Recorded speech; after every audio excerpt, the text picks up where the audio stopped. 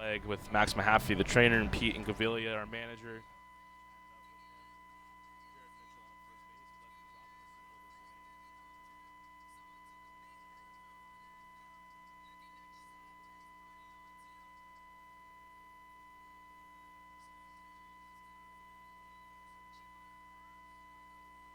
Yep. It's tough, but he'll be back in a couple weeks. Also, right-handers Danny Reynolds and Jeff Johnson both on the DL here, or IL, I should say now. The Skeeters have been hit by the injury bug a little bit early.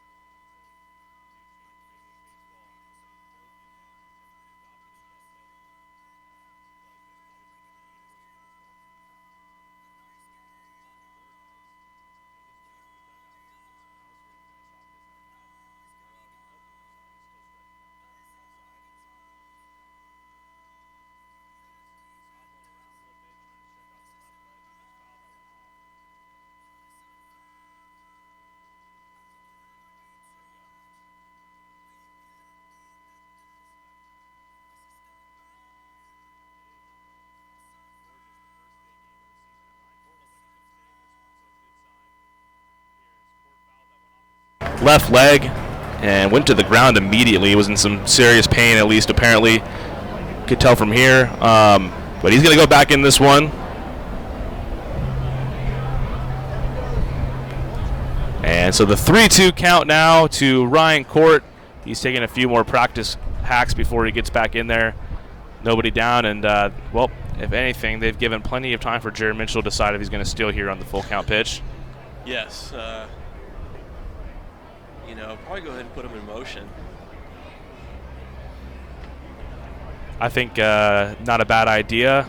You got the lefty on the mound here, so Kyle, you already mentioned you can go on first move, and that's a double-edged sword. Obviously, going on first move gives you the edge there to get a few extra stats for the balls delivered, but a lot of lefties, they take some pride in their pickoff move as well. Yeah, they do, and I'm wondering if he's going to go over just to get a couple throws in real quick, because that was a long little delay. Very true. And Kyle, Nostra Dawson over here.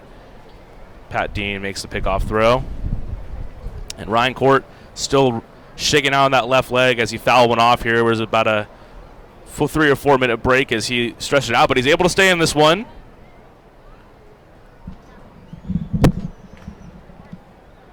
So Ryan Court, the full count pitch line, foul into the Blue Crabs dugout, it looked like. Everyone looks to be okay down there, but that one shot into enemy territory down the third base line. Really like these uniforms, too, that they're rocking today for the Hope for Three. Yeah, I think it's one of probably my favorites that they have, the big giant puzzle pieces. And, of course, they have really cool colors. And it's just a vibrant, colorful uniform. I mean, double vibrant color uniforms of the Blue Crabs, too, as Court misses that fastball. So he's down on strikes for the first out of the first inning. Yeah, I'm wondering if the Maryland Terrapins are like, hey, it's we'd like to have our uniforms back. It's a pretty big rip off the Terps, their football uniforms, which I thought were pretty cool. And they're not called the Red Terps. There's no color designation to their name. If you're the Blue Crabs, I feel like your uniform should be blue. But they are cool uniforms. I really do think they're awesome. But right, yeah, not something we're used to seeing. But no blue. No blue, as Cody Ashe, the left fielder for the Skeeters, lefty on lefty, takes strike one on the curveball. Cody Ashe left the yard last night, an opposite field home run back in the first. If he could redo that feat, we'll be tied up here as the Blue Crabs lead 2-0 with one away. And he pops that one straight up. Mike Falsetti, the catcher, does he have room? He does not, as that gets into about the third row behind home plate off to the third base side.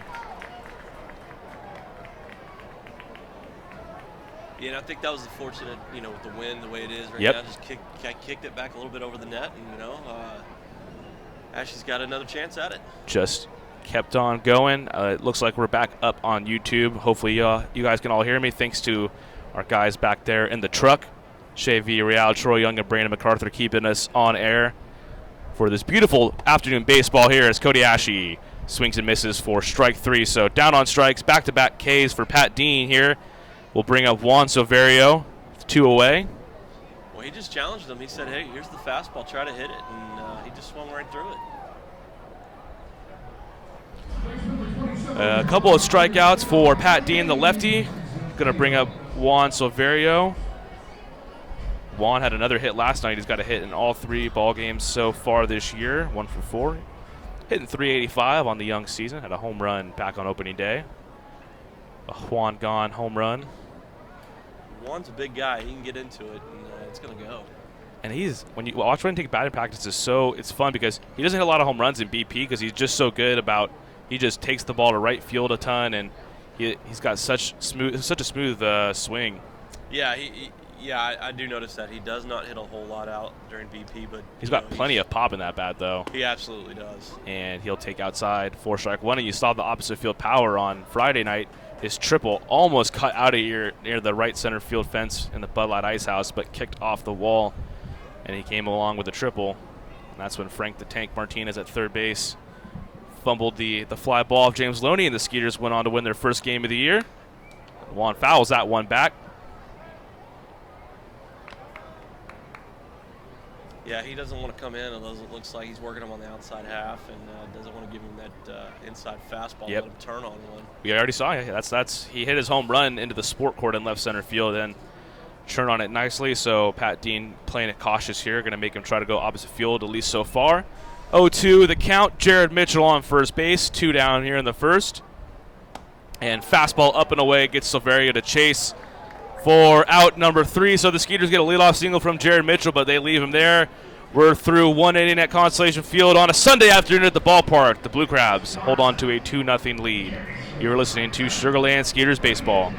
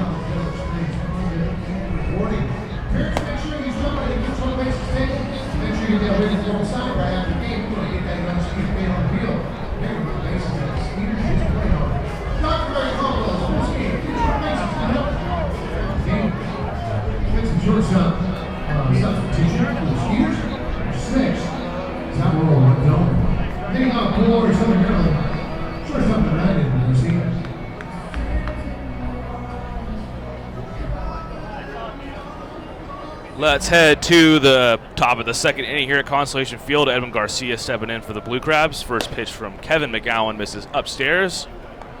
Blue Crabs holding on to a 2-0 lead here in the early goings. 2 runs, 2 hits, no errors for the Blue Crabs, no runs, a hit, and no errors for your Sugarland Skeeters. And Kevin McGowan gets across the strike there to even things up at 1-1. Mentioned Kevin McGowan, the former big leaguer, spent some time with the New York Mets in 2017, making his debut for the Skeeters. And the breaking ball catches the outside part of the plate there for strike 2, so 1-2 now the count. So quickly 1-2 to the Blue Crabs shortstop, Edwin Garcia. And he chops that to the left side. Alvaro Rondon now in it short, and it kicks under his glove. Going to be a base hit. or an error possibly. We'll see how that one is scored. So Edwin Garcia nonetheless on to get things going in the second inning. So as we mentioned, Alvaro Rondon at shortstop now. Ryan Court, his day is done after fouling that one off his leg. Sure, he pleaded his case, but early on in the year, with some depth here, Alvaro Rondon, a quality option at backup for shortstop, so no reason to push yourself too hard, as Court fouled one off his leg and went down pretty quickly in a lot of pain. So we do hope he's all right. Try to keep updated on that as much as we know. So Corey Vaughn, the center fielder now for the Blue Crabs, steps on in, and he'll take upstairs for a ball. 1-0 now to Corey Vaughn. Corey had a home run back on opening day, an absolute moonshot into the right center field area near the Bud Light Ice House. A spot where you don't see a whole lot of home runs leave, as that breaking ball catches the outside edge for a strike. Corey hit .222 so far on the young year.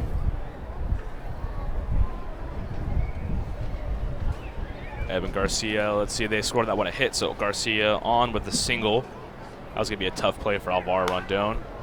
And Corey Vaughn hits that one foul off to the right side.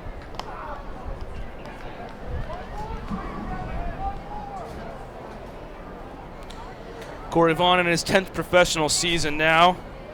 His third with the Blue Crabs. He led the team in home runs, walks, runs scored, hit by pitch, and alpha putouts last year. So fine season for Corey Vaughn, in Atlantic League All-Star last year. And we had the team in home runs. He has one so far this year. Blue Crabs have hit a fair deal of home runs. Tony Thomas had one on opening day. Frank Martinez had one earlier in this series as well, and Corey Vaughn. John Griffin, the first baseman, had a solo home run last night. Breaking ball from McGowan misses low. So 2-2 now to Corey Vaughn.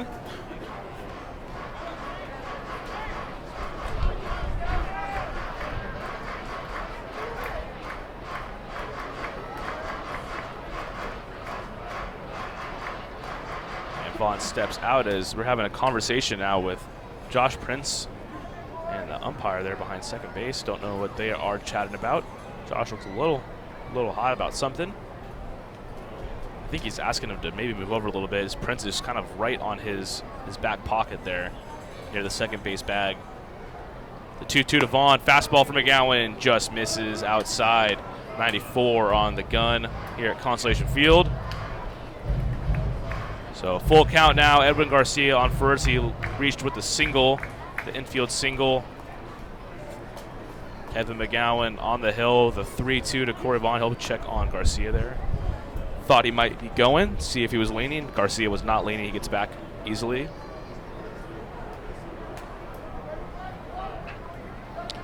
Corey Vaughn, nobody in the Atlantic League has more home runs than him in the last 2 seasons. The all Atlantic League players and dingers over the last few years, and Garcia is on the move. That one slapped to the left side, going to get past the diving Juan Severio and into the corner there in left field. Cody Ashley fields it. They're going to wave Garcia home, and Rondon cuts it off. No throw, and an RBI double here from Corey Vaughn will put the Blue Crabs up 3-0 now with nobody down in the second inning.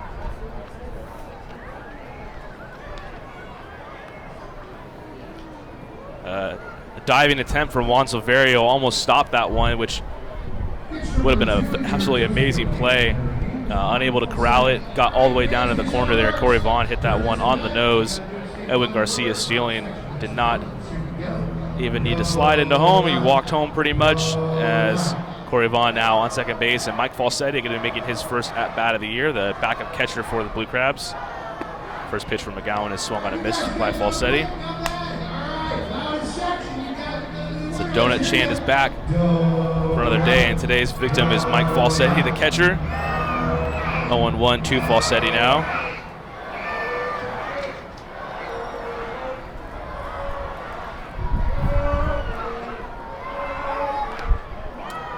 And that one is foul back. So 0-2 now to Falsetti. Spent some time in the Frontier League, spent 2016 with the Lake Erie Crushers. finished the 2017 season with the Gary South Shore Railcats.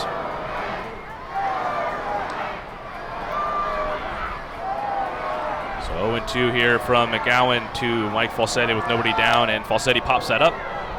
And shallow-ish right field. CJ McElroy on the run. He's under it. Corey Vaughn will not be tagging, so he'll stay put at second base. And the first out of the inning comes with a fly ball to CJ McElroy. So the Blue Crabs have flipped the order over again. Angeles Nina, who singled and scored back in the first. I had a good stat tidbit from Southern Maryland Blue Crabs media relations extraordinaire specialist Andrew Banstra. Through the first 2 games, Martinez drove in Nina. Or the first 3 games, Frank Martinez drove in Angeles Nina. Today, Nina was driven in on a single from Craig Maddox, so that streak has ended. But that was the first run of the game for the Blue Crabs. As Nina chops this one very slowly. Silverio and Rondon get tangled up there. Not able to communicate who wanted that one, and Nina was probably going to beat that one out either way. Runs pretty well, and he's on first base with another single, his second of the game. Corey Vaughn, in the meantime, scoots on over to third. So runners at the corners now. 1 away. Kevin McGowan on the mound for the Skeeters. And that's going to bring up Ruby Silva, the right fielder, who struck out swinging in his first at-bat. McGowan last year struggled during the day. He's 1-0 with a 5.40 ERA and 4 appearances with AAA Las Vegas during the day. At nighttime, he was 5-2 with a 3.81 ERA, 24 games, 3 starts. Coincidence or not, call it, say what you will. I'm just here to feed you the stats. It is the first day game of the year at Constellation Field. It was near 3 o'clock in Sugar Land, Texas. Runners on the corners, 1 away here in the top of the second. Then Ruby Silva chops that one foul. It's hope for 3 day at the ballpark. Strikeout autism. And a lot of happy kids taking in some baseball here. Autographs before the game, a parade before the game, and a big party out in the picnic plaza here in left field at Constellation Field. It's one of the best days of the year at the ballpark. Hope for 3 day. That's why the Skeeters are donning those puzzle piece uniforms. Very colorful, very vibrant. Ruby Silva, takes that one low, 1-1.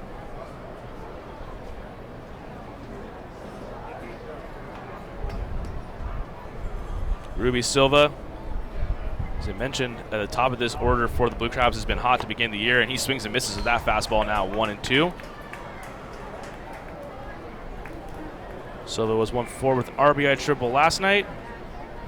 So far this year, he's hitting 444.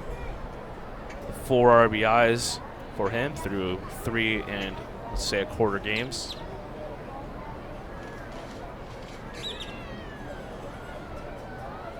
The 1-2 from McGowan to Silva misses inside.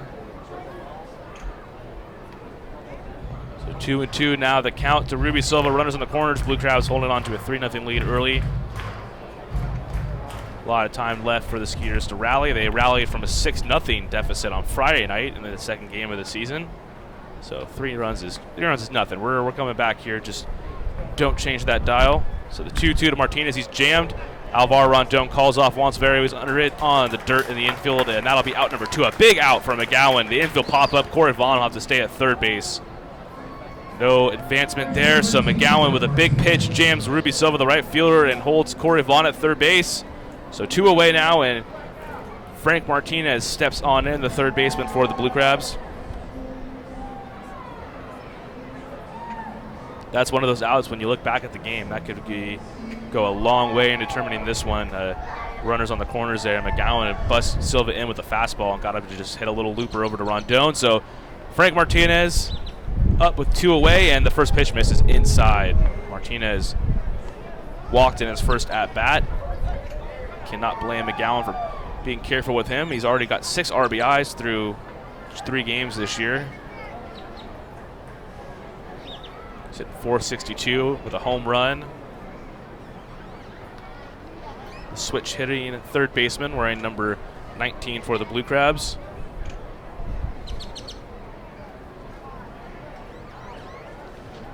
Martinez hits that one high into the right center field area. C.J. McElroy and Jared Mitchell both under it. McElroy calls off Mitchell and makes the catch.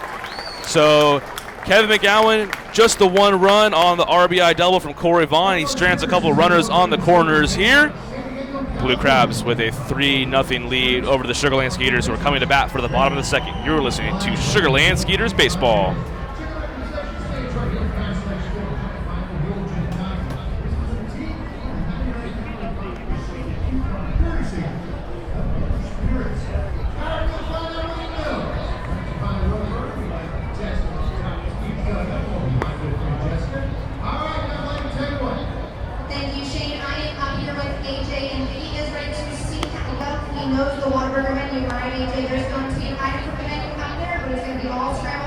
You got to figure it out. So let's see what it looks like.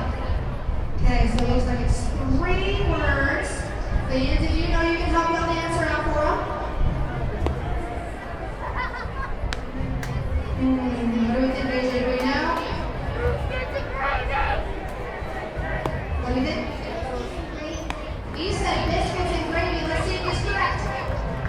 And he is. That means that you're going to be the winner of this Whataburger prize pack. Back up to you, Shane. Whataburger proud to serve Skeeter fans 24 hours a day. Good to get you out. What's going on right now at Constellation Real? And as you can see, we're all fives right now. 555 in the pot. Someone's going to win half of that, but it's not going to be you if you don't buy a ticket. We're going to be selling through the 6 and getting away through the 7s, and this pot is only going to grow. You cannot get in without that ticket. And you get what? This was one of our ticket sellers to make our way around the stadium. Go to the 50 round ticket. 50% to you, 50% charity. 100% with it. 50 round. What's going on right now? Constellation deal. Also, what's going on right now is our jersey auction. That's right. You're getting a chance to win a jersey that the Skeeters are playing in this afternoon. Stop by the jersey auction table on the main concourse behind the press box. Check and see if you have the winning bid and place that winning bid now. Auction is going on to the end of the bid.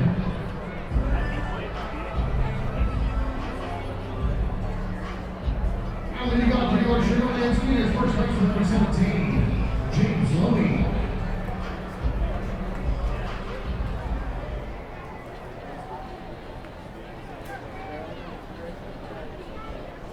And welcome back to Constellation Field. James Loney going to get it started here at the bottom of the second. Skeeters trail 3-0 over the Blue Crabs.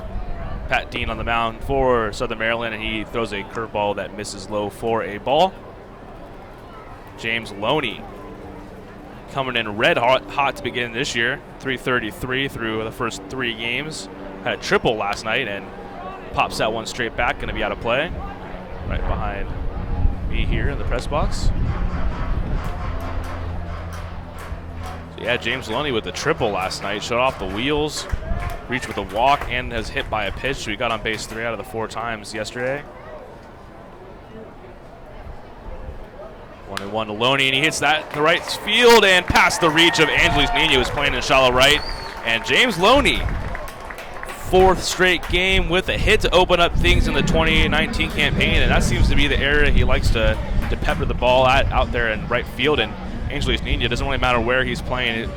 Loney seems to always be able to hit it about 3 or 4 feet somewhere else in the other direction. Nino giving himself some extra room out there with Loney at the plate. It actually got called as part of the no shifting rule on opening day. That is up to the umpire's discretion. They're allowed to say how deep they think. If he's playing too deep to their discretion, they could call the rule that he cannot be shifting, which results in a ball for the batter. Dennis Phipps now takes inside for a strike. So as I mentioned, the new rules, so there's no shifting. That's why if you notice when you see the second base bag, there's a white chalk line. There can only be 2 guys on the right side of second base. 0-1 now to Phipps is hit foul. Phippsy getting the start after a couple of days off. He's DHing today. Got the start back on opening day. Did not collect a hit.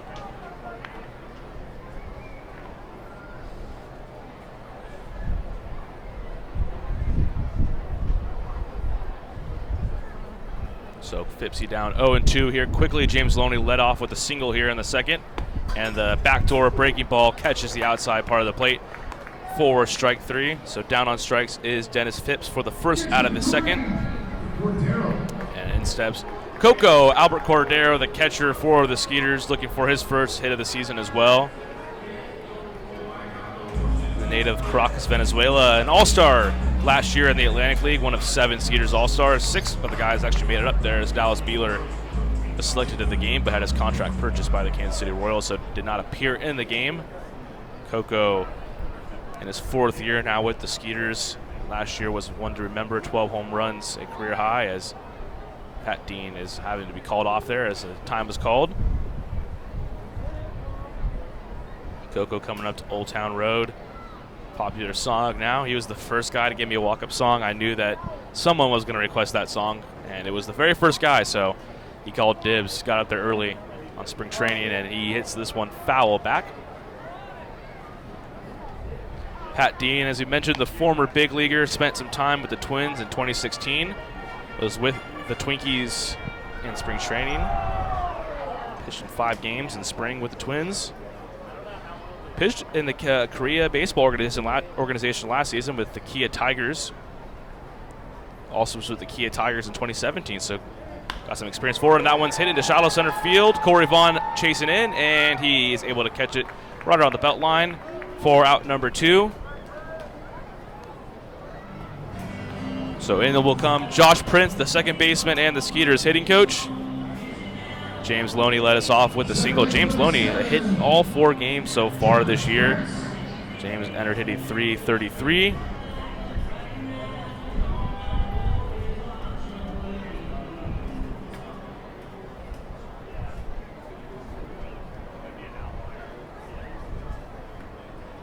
Triple last night for Loney, just the single this time, and Josh Prince takes upstairs for a ball.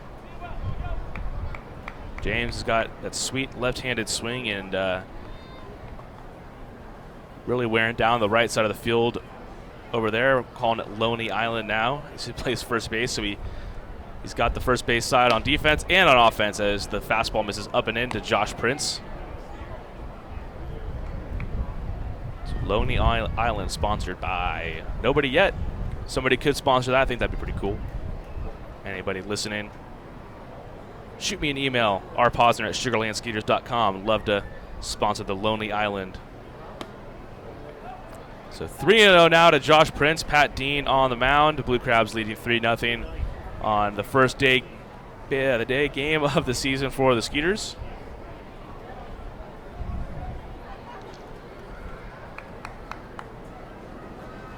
Josh collected a pair of hits last night, his first 2 hits of the year.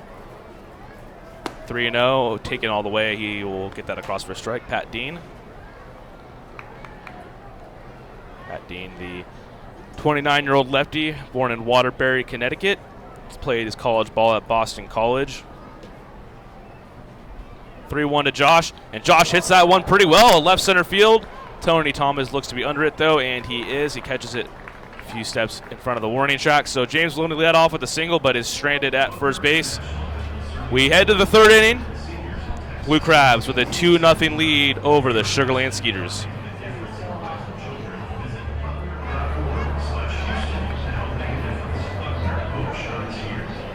All right, fans, it's time to reveal the answer to today's STEM trivia brought to you by Energy Day.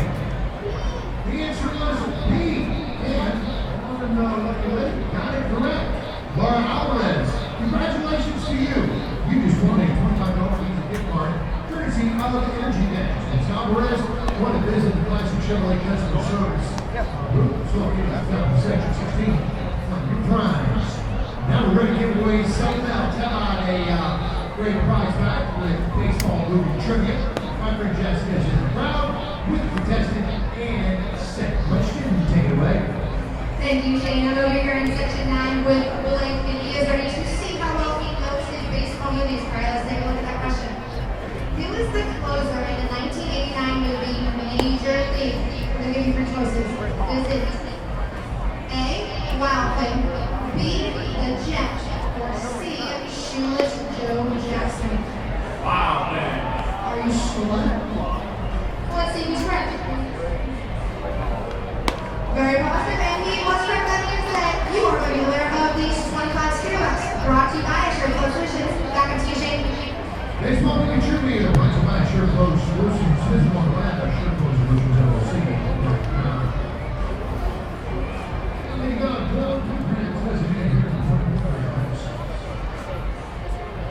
We head to the third inning here on a gorgeous afternoon at Constellation Field. Blue Crabs with a 3-0 lead over the Skeeters as Craig Maddox, the DH, steps on in for the Blue Crabs. Kevin McGowan on the bump for the Skeeters. Maddox got him for an RBI single back in the first inning to open the scoring in this one. First pitch from McGowan to Maddox. This is up for a ball.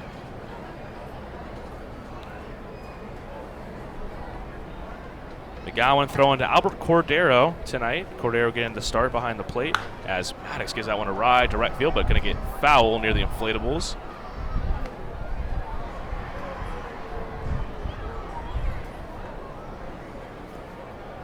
So 1-1. The count to Craig Maddox, the DH for the Blue Crabs, 1-for-1 with an RBI single already in this one. And he hits that one pretty well to right field. Going to take C.J. McElroy back to the warning track, to the wall. C.J. McElroy leaps up and almost brings it back in, but it's going to skip on up into the grassland. A solo home run for the Blue Crabs DH.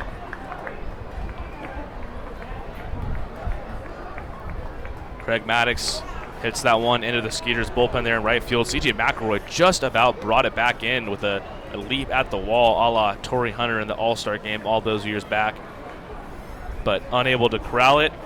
And Craig Maddox rounds the bases with his first home run of the season.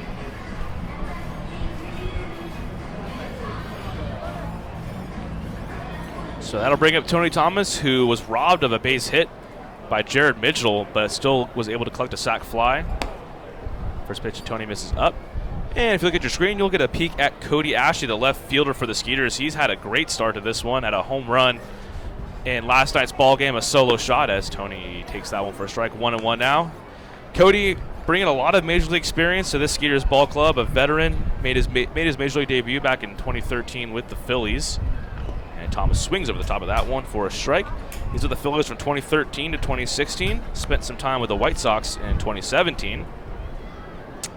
Got to spend some time in an infield with guys like Chase Utley, Jimmy Rollins, Ryan Howard, a crew that won a World Series back in the early 2000s. Ashley not a part of those teams, but obviously able to glean some serious info off the baseball guys like that.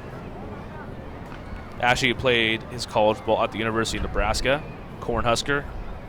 His first team All Big 12 Conference back in 2011 as Tony Thomas swings over that one. Strike three for the first out in the third inning.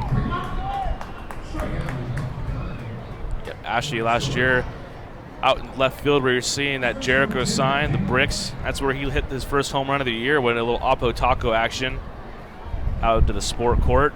Got things going yesterday in the first inning. It's part of the Skeeters 6-3 win on Saturday night. Matt Dean, the first baseman rather, stepping on in. He'll take upstairs for a ball.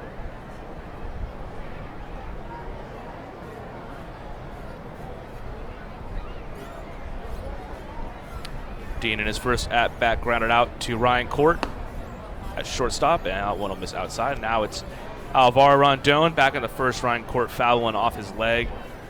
He was able to stay in the game, and he was retired that plate appearance, but he gave way to Rondon at shortstop for the rest of this one. And Dean takes up, so 3-0 now. The count from McGowan to Matt Dean as we got some action down there in the Skeeters bullpen.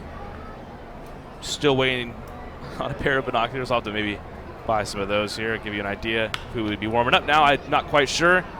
That one's popped up to right field. C.J. McElroy is under it, and he catches that one with ease and shallow right for out number 2.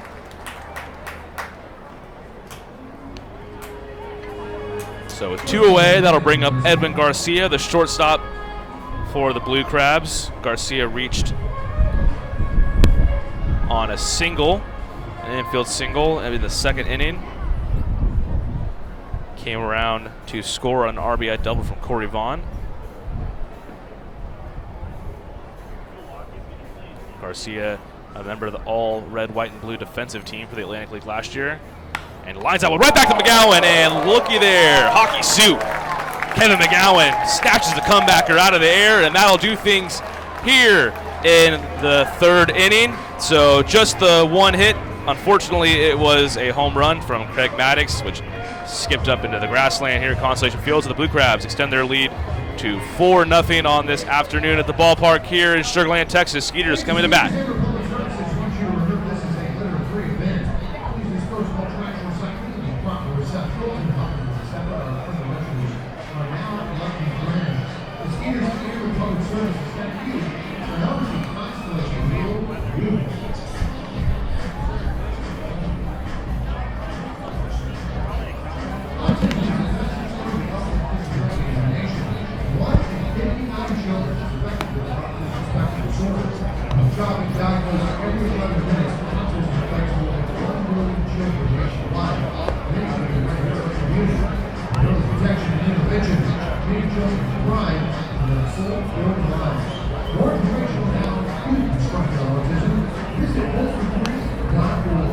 Hope Recruiting, providing help.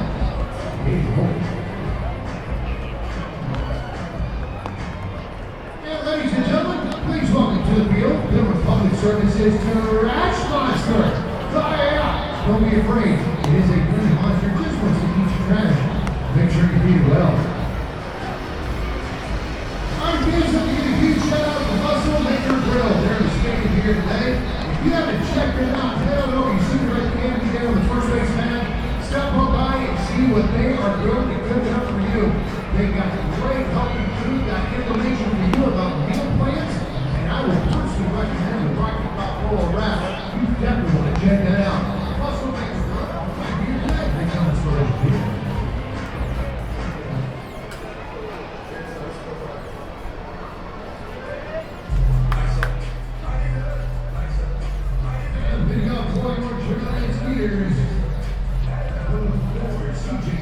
Hey, welcome back into the broadcast booth here at Constellation Field. CJ McElroy stepping on in. The right fielder going to lead us off as we got a Toro needing to get out of the warning track here. And just a minor delay to get things going. And okay, we're just about ready now. CJ McElroy going to lead things off. The Blue Crowds with the 4-0 lead over the Skeeters as we head to the bottom of the third. CJ McElroy had a RBI double in last night's game, a pair of hits, or one hit last night, but he stole a pair of bases. It squares on a bunt, past the glove of Pat Dean, going to be a tough play for Nina at second, and he is not able to field it cleanly. And CJ McElroy on with an infield single to lead things off in the third inning. That kid can run, and why not the push bunt there? Pat Dean, the lefty, had to go across his body to field it, and did not field it, and Angeles Nina had a barehanded play, and I'd like to venture to say even if he fielded that cleanly and perfectly and made a perfect throw, I don't think that would have gotten CJ McElroy anyways. So now with no away, that'll bring up Jared Mitchell, who has one of the 3 Skeeter hits today. Single to lead the game off. James Loney had a single to lead off last inning, so the 3rd straight leadoff single. Skeeters looking for their first run, though, as Mitchell takes upstairs for a ball. Jared with a absolutely spectacular diving catch back in the first inning robbed Tony Thomas of a hit. CJ McElroy on first base just about brought back Craig Maddox's home run last inning, just a little bit out of the reach, at least from my vantage point. Frank Martinez playing in on the third base bag there. Middle infielders Garcia and Nina pinch in a bit, double play depth.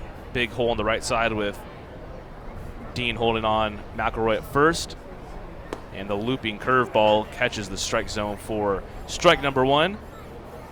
So Pat Dean has allowed a leadoff single in each inning, but has kept him at first base in each inning. I don't think he's going to be able to keep CJ McElroy at first for too long, though. He had 2 stolen bases in last night's game, is tied for the league lead in stolen bases already. He's got a pretty good lead. He's hopping around back there. Does not go as Mitchell pops that one back out of play.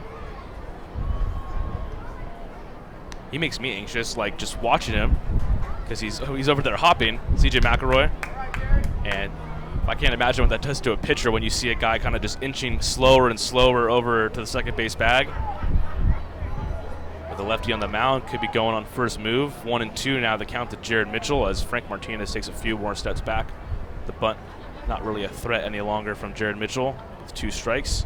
The 1-2 is the curveball. Mitchell hits that one up the middle for a base hit. CJ McElroy is going to hold up at second base. So Jared Mitchell now 2 for 2 with a ground ball single up the middle. And the Skeeters are threatening here in the third inning. They trail the Blue Crabs 4-0. But let's see if the Skeeters can push across a run as Alvaro Rondon, who entered the game in the second for Ryan Court. Court with a nasty Schimberger off a foul ball. Looked to be in a lot of pain. Was able to finish the at-bat, though, and we do hope he is okay. We already have 3 players on the injured list in the early going, including Anthony Jansanti, the 2018 MVP for your Skeeters. So Alvaro Rondon up. Runners on first and second. Might see a bunt here, and he does square around. Takes for a strike from Pat Dean, lefty on lefty here. Alvaro started last year as a switch hitter. I don't know if he ever had an at-bat from the right side, though. He had been a switch hitter earlier in his pro career, but decided last year to just stick from the left side. So Rondon squared a bunt there, took for a strike. We'll see if he squares back around with runners on first and second. Nobody down here in the third inning. A back pick there, Garcia. Dean does not throw over. This might be the biggest three-headed speed monster the Skeeters could possibly present here. You got CJ McElroy on second, Jared Mitchell on first, Alvaro Rondon at the plate. The only way that could even get better is if maybe you had Anthony Jansanti on third base if he were on the team right now. And that was bunted. It's going to be a tough play for Frank Martinez. He throws over to Nina covering the bag. So sacrifice bunt. Alvaro Rondon gets it done here, puts runners on second and third with one away. And Cody Ashley coming up. See if he can replicate his success last night. A solo home run from Ashley, the Ashley Smashy in the left center field. Hitting .333 so far this year. Ashley was hit by a pitch himself on opening day and had to exit the game early. Got hit on the forearm area on his right hand. Lefty though, lefty swing, lefty throw from the outfield. So that was his glove hand. Infield not playing in. Garcia back. Nina back at second base. The corners, Frank Martinez and Matt Dean also both playing back, so a ground ball would put the Skeeters on the board here conceivably. Second and third, Dean's first offering. Ashley is popped up. It looks like Frank Martinez is going to have room off to the third base side, and no, he struggles and leans over the rail and comes up with that one. A nice play from Martinez. He looks like he was struggling to find the depth there, how much space he had. So Ashley unable to drive in McElroy from third base there. The foul out will bring up Juan Severio now with two away.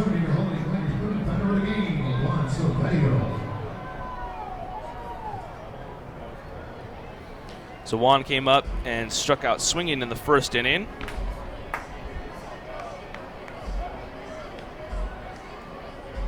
So Severio still swinging, one of the hotter bats on this Skeeters team. Entered today hitting .385. Got a home run and 2 RBIs to his credit early on. Also had a triple. So see if he can come with a little 2-out thunder here. Runners on second and third, 2 away, and the first pitch from Pat Dean misses inside on the heater for ball 1. CJ McElroy led the inning off with a bunt single. Jared Mitchell followed with a single up the middle. Alvaro Rondon bunted him over. And Cody Ashley fouled out on the third base side. So Juan Severio 1-0 here. Chance for the Skeeters to get on the board. They trail 4-0 in the third. The backdoor breaking ball does not get in there. So 2-0 now the count. James Loney on deck. He's already singled in this one.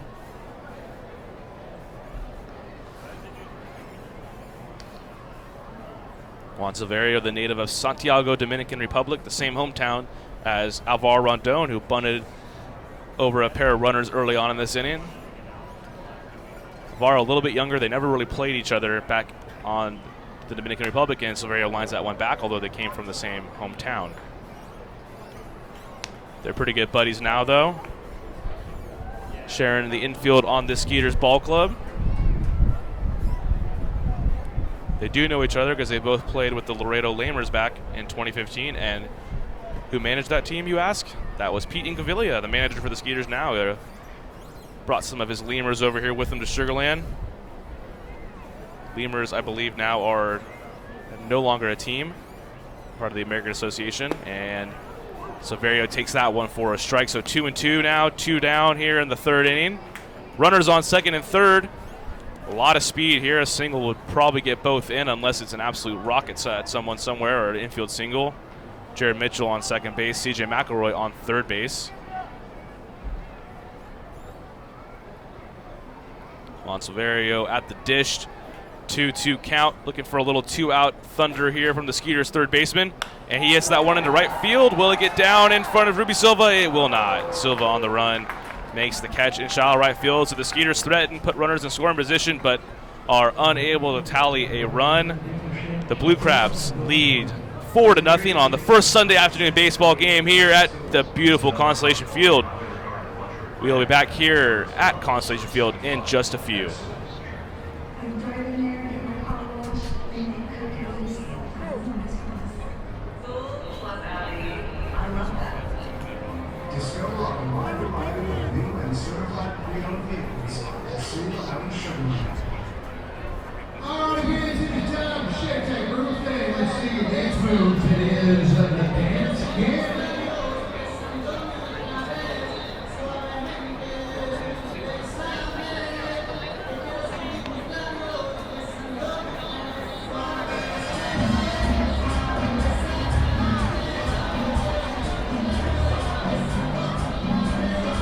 There you go. Dance move there. Got to get dance moves in the house tonight.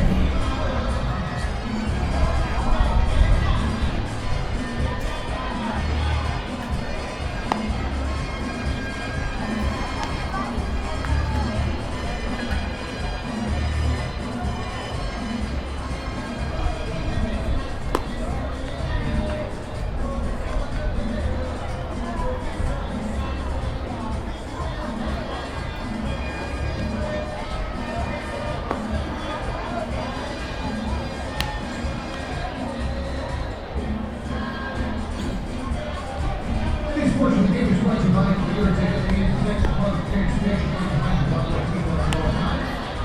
Visit collecting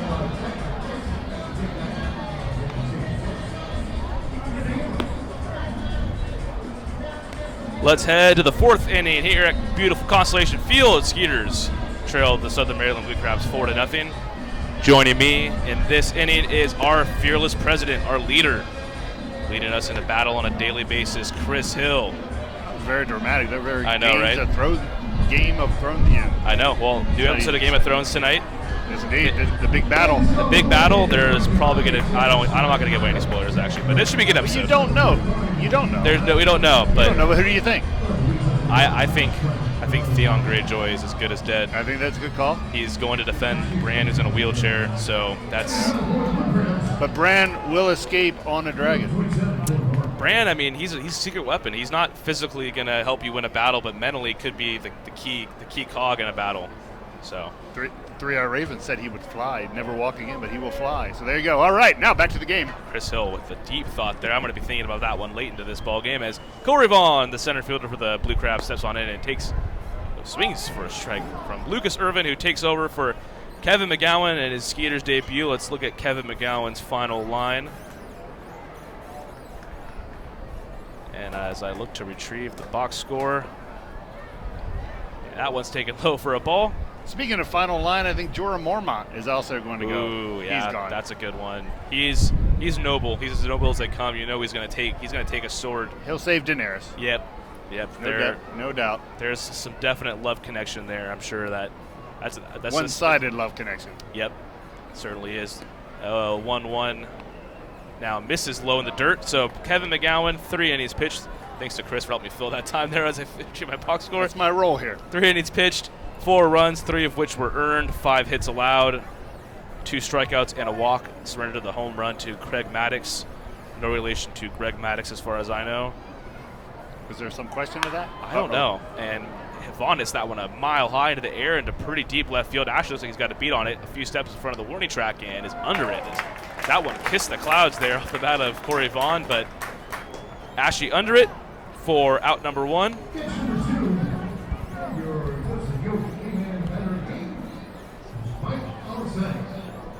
This Dead Air has been brought to you by Dead Air and Associates, one of our proud new sponsors coming on board. There we go. Chris Hill, he's doing a fantastic job of filling that dead air. We had a little question. It's tough to see the numbers on these uniforms, so our official scorer wanted to know his pitching. Luckily, I probably know way too much about all the guys on this team, so I could just tell who that was, Lucas Irvin. So Lucas Irvin with 1 away here. The donut chant. That's poor Mike K-Man. He's our K-Man today. Mike Falsetti, the poor victim of that. He flew out to right field. It's his first game of the season, too. How about that? He's sent out there for his first at-bat, and he gets donut chanted. Gotta love that. But does he know what it means? That's the question. I wonder if these guys know what. No, they just know wonder that why they're calling donut at him. Yep. The donut chant brought to you by Toasted Yolk, one of our many great sponsors here for the Skeeters. There you go. Get that plug in there. Yep. I'm a company man. Mike Falsetti fouls that one back. We're already dubbing first base as Lonely Island, and I left it open. I said Lonely Island sponsored by. Who knows? You got to go sell that. Yep, there you go. Don't throw it out there without selling it. You got to take care of that. Just trying to give him an idea what it would sound like, you know. Loney plays first base. A lot of his base hits go off to the right side of the infield. Shea Villarreal, our graphics coordinator, had that tagline prepared as Falsetti hit that one. He's not striking out this time. Nope, he did not. He clanks that one off the left field wall. Forward, just a single though, as Cody Ashley did a nice job playing it. So the donut chant is no match for Mike Falsetti. And lucky it just came straight on as a line drive shot into the left field pads, basically, and it just ricocheted directly right back to the fielder, which was fortunate. Yep. Because that should have been a double in a lot of parts. Most places that would be a double, Cody Ashley, and it's even better that it clanked off the padding instead of the manual scoreboard there and left, because that could have hit the ball in a number of which directions, but the padding hit it right back to Cody Ashley, and he gets it back in. Mike Falsetti, the backstop, not known traditionally for their speed, so Irvin surrenders just the single to Mike Falsetti. Speaking as a catcher back in my day, sometimes they are fleet of foot. Oh, I think that's, lately too, you got guys, this isn't lately, but he had a guy like Russell Martin who used to steal close to 20 bags a year when he was with the Dodgers. Now, I don't want to allude that I was quick, because that's not the correlation. What was your average stolen base count in a given high school season? It was, I believe, .11, I believe. I'm not sure. I had to look up some of my numbers. You're like Adrian Beltre. A crazy stat about Adrian Beltre is for 8 years, he stole exactly one base. That's hard to do, just to steal one base, every year. Well, at the time I was dating the official scorer, so every pass ball was a stolen base. It was a broken bat over to Silverio. He fires to Prince for one. Across the infield. Angeles Nina not giving it much of a hustle. What was that? Not much. Unhooked the trailer. No effort. Angeles Nina grounds into the 5-4 3-double play to get the Skeeters out of things here in the 4th inning. They have Blue Crabs do lead 4-0, but the Skeeters are coming back to bat. You're listening to Sugarland Skeeters Baseball.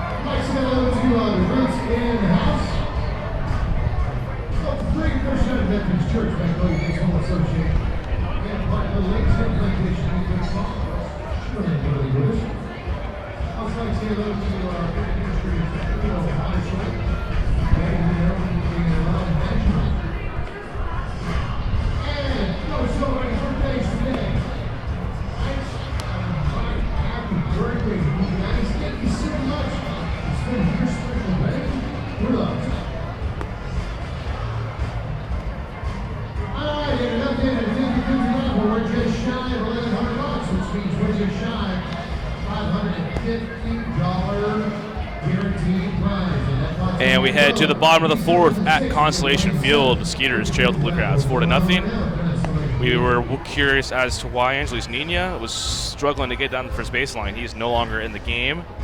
A new second baseman for the Blue Crabs.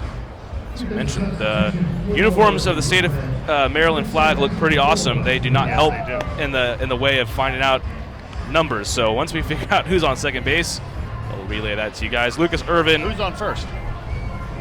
I don't know who's on second base. Look at that call back. A little Abbott and Costello here from our president, Chris Hill, who's still joining me in the booth. Much to your chagrin. I'm not going to lie. The Abbott, that routine has got a lot of baseball history, but I don't know. You don't like it? I don't dislike it. It just doesn't resonate with me as much. Millennials. I know. There you go. It's a millennial attitude. It is. Really, it is hurting our game right now. James Loney gonna lead it off. He had a single back in the 2nd inning. Lucas Irvin threw a scoreless top of the 4th in relief of Kevin McGowan, the starter. Loney, the 1-1, fouls that off the mask of Mike Falsetti. So you have to wonder if that final play, whether there was an injury or he was pulled for an injury. I'm trying to look in the dugout and see if what the trainer is doing. There is, it looks like, from our vantage point, you can't see much, but the trainer looks to be working on somebody there in the Blue Crabs dugout. Maybe he pulled a hamstring. Yeah, because there wasn't much of an effort down the line as Nina went 5-4-3 on the broken bat double play to end the inning. Injury bug could it be striking more than once. Ryan Court had to leave the game after fouling the ball off his foot back in the first. As Loney, did he foul that one off? He did. So 0-2 to James Loney. Has a hit in all 4 ball games this year. And the 34-year-old lugged around the bases for a triple last night on a ball down the right field line.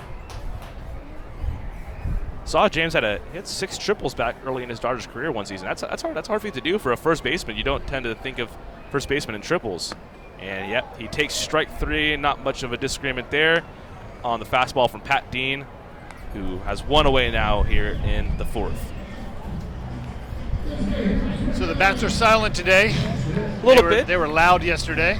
Yeah, man, they were allowed 6 runs in the first 3 innings of last night's game. This is actually the first inning the Skeeters did not lead off with a single. They had runners on the second and third last inning, unable to push across that first run of the day. That first homestand is always about trying to figure out who you are as a team. There are a lot of people that are great on paper, and you don't know how they're going to perform. They have things going on in their lives. You don't know what's happening. Yep. And this is a good opportunity. This has been an interesting homestand to see kind of where we are as a team pretty early.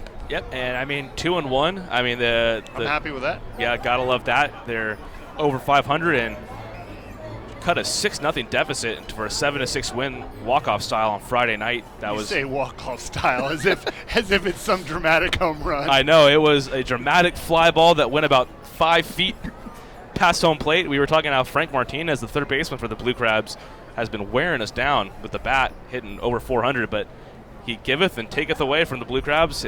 Unable to catch the infield fly ball and do a walk-off win. Dennis Phipps has stepped in for the Skeeters, the DH. 2-2, the count to Phippsy. Dennis, does he appreciate that term? Do you think? Have you talked to him about it? Say, hey, can I call you Phippsy? I haven't. However, Pete has known him for longer than anybody. He's managed him in actually Laredo and in Grand Prairie, and he calls him Phippsy. So maybe that's. Oh, so that's the correlation. So someone else calls it. Yep. Oh, so it's like a Kevin Bacon connecting. Sure. So, okay, I got you. And I mean, don't want to piss Phippsy off. He's just a mere 6'2", 220 pounds. And when you're the voice, you can kind of do those things. Yeah, I guess so. So full count that Dennis Phipps takes and will be awarded first base on the walk. He had to look back at the umpire a little bit because this umpire has called a couple people who were on their way to first base and rung him up. And that's kind of like as Albert Cordero steps on in, 1 away here in the bottom of the 4th. I mean, as a hitter, so you don't want to show up the umpire, but you also don't want to stand in there and make it seem like you just took strike 3. So you kind of want to toss the bat. Yeah, I know I walked. I know Josh Prince last Prince night got that pretty good. Yeah, he did that one last night, and he actually did get called for strike 3. But it's kind of a splitting hairs there. Don't know. It's probably by situation. But Albert Cordero steps in. He's 0 for 1 today. From the right side, Coco swings and misses for strike 1. Pat Dean still on the mound for the Blue Crabs. Has allowed just 4 hits through 3 1/3. Their pitching's been really hot and cold. Yeah. Last night, the starter, Craig Stem, got roughed up a little bit. A little bit. He got lit up. He got lit up, and Pat Dean, now the former big leaguer, pitched for the Twins back in 2016, has been sharp so far, but also has surrendered 4 hits through 3 1/3 innings of work. So Skeeters looking for that big hit. What's his pitch count right now, do you know? I could give you that here in just a moment. Oh, boy. Here we go. Now we're looking up stats. I knew I should have asked that.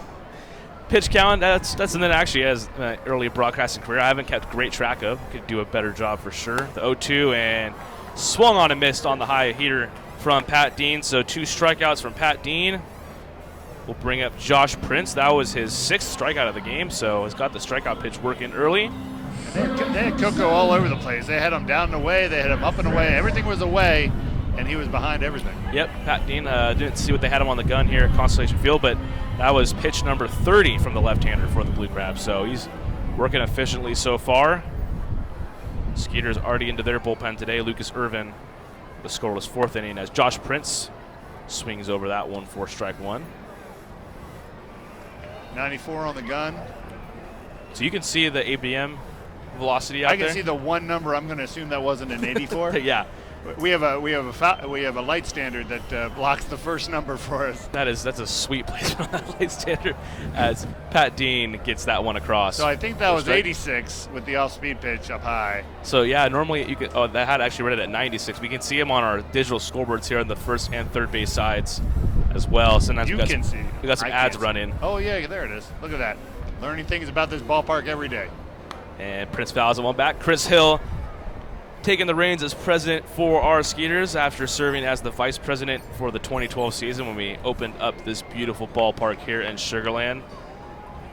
It really is, and still after 8 years, this is still the most preeminent ballpark for families in the area, and I think in minor league baseball. It's just a beautiful facility. And today you're getting to see a lot of families enjoy it. Hope for 3. Strikeout autism awareness here at the ballpark as that one is fouled off. Not so quickly, says Josh Prince, as it looked like Dean had it struck out the side, but Princey's still up there. It's a great charity, and you know, one of the things a lot of people don't know is that we have over 20 kids that work here that are special needs kids that there are no, they work right alongside everybody else. There are no accommodations, and they do such an amazing job. We have such a great group of kids working with us. It's exciting to come to the ballpark. And that one swung on a miss from Prince. No argument there. So Dean with this 7th strikeout here through 4 innings. The Blue Crabs lead 4-0 over your Skeeters. We'll be back here in just a few. You are listening to Sugar Land Skeeters Baseball.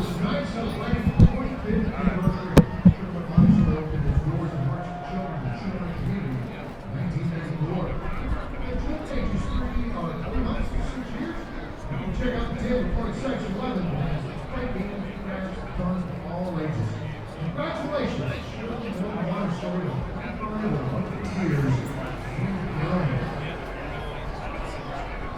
Alrighty, fans, it is now time for the best mascot in the Atlantic League. Ladies and gentlemen, please welcome down on the field, Swanson, brought to you by HEB.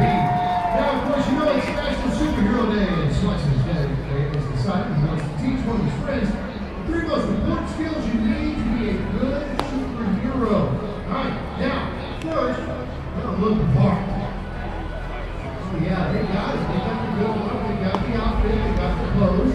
Alright, second, you gotta have some pretty good fighting skills. So what do we got? Ooh, nunchucks. Alright. Let's see what we got. Yeah, oh yeah. Yeah, very good. Now, third, you gotta have the ability to get the girl. Now, just watch this. See what we do here. Oh, looks like that young superhero has taught his instructor something new. Very well done. Ladies and gentlemen, let's get up for this mascot of the Atlantic League. It is Swanson. It's time for the 5th inning of baseball here on a Sunday at the ballpark. The Blue Crabs lead the Skeeters 4-0. Lucas Irvin back on the hill in relief of Kevin McGowan, who got the start and exited after 3 innings of work. It's going to be Lucas' 2nd outing of the season. He threw a scoreless inning back on opening day, or scoreless 2 innings rather on opening day, and threw a scoreless 4th inning to open things up. He'll get Ruby Silva, the right fielder for the Blue Crabs, to open the 5th inning, and strike 1 is across.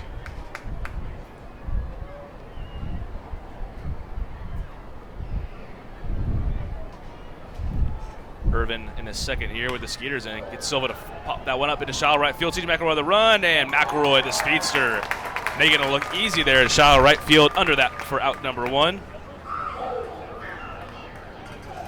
Let's stick with CJ McElroy out there while I got a second. McElroy, the youngest position player on this Skeeters team at 25 years old, is going to be his 8th professional season. And first with the Skeeters as Frank Martinez steps on in for the Blue Crabs, the 3rd baseman. Takes curveball backdoor from Irvin for strike 1.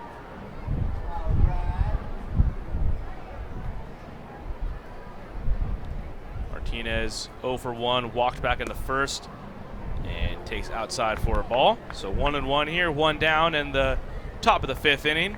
Blue Crabs lead 4-0.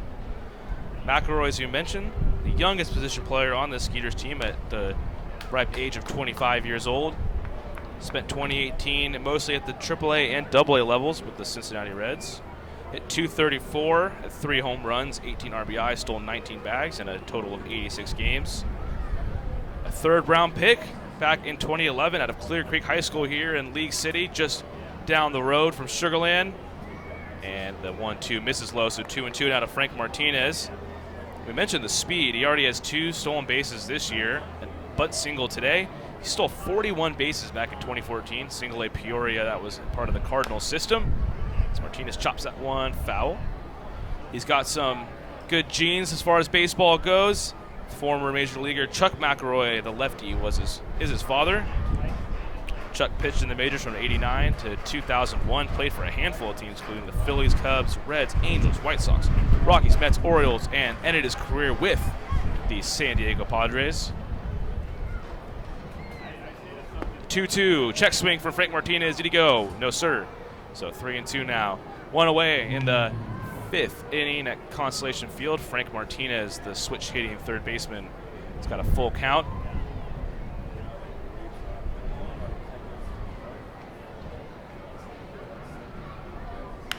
Martinez skies that one straight up to shoot. Albert Cortero tosses the mask to his right and doesn't even have to move. About 4 feet to the left of home plate. He comes down with it. Pop out for out number 2. Out number 2 here in the 5th inning. Going to bring up Craig Maddox, who has homered in this one of the 4 runs for the Blue Crabs. He's got 2 RBIs and an RBI single in the 1st and a solo shot into the Skeeters bullpen and right back in the 3rd. First pitch from Irvin 2. Maddox swung on a miss, the breaking pitch on the outside part of the plate. Both of those RBIs came off Skeeters starter Kevin McGowan, who lasted 3 innings today. Irvin on for the 2nd inning of relief and gets Maddox to pop that one up into left field. Cody Ashe is under it. Cody Ashe has caught it, and the Skeeters are heading to the dugout. A 1-2-3 inning from Lucas Irvin. Blue Crabs still lead 4-0 here on a Sunday afternoon at Constellation Field. Skeeters coming back to bat here in just a few. Thank you, Shane. Yes, thank you. He said audience participation. That means I need you up on your feet. It is the first base side against the third base side. When I say so, those 2 big inflated fly balls are going to drop down, and it's a race to the slot to the girl at home. All right, are we ready? 3, 2, 1. Drop it.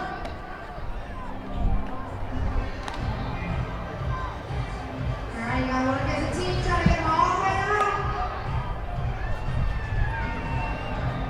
Pretty even right now, trying to keep them up there in the stands.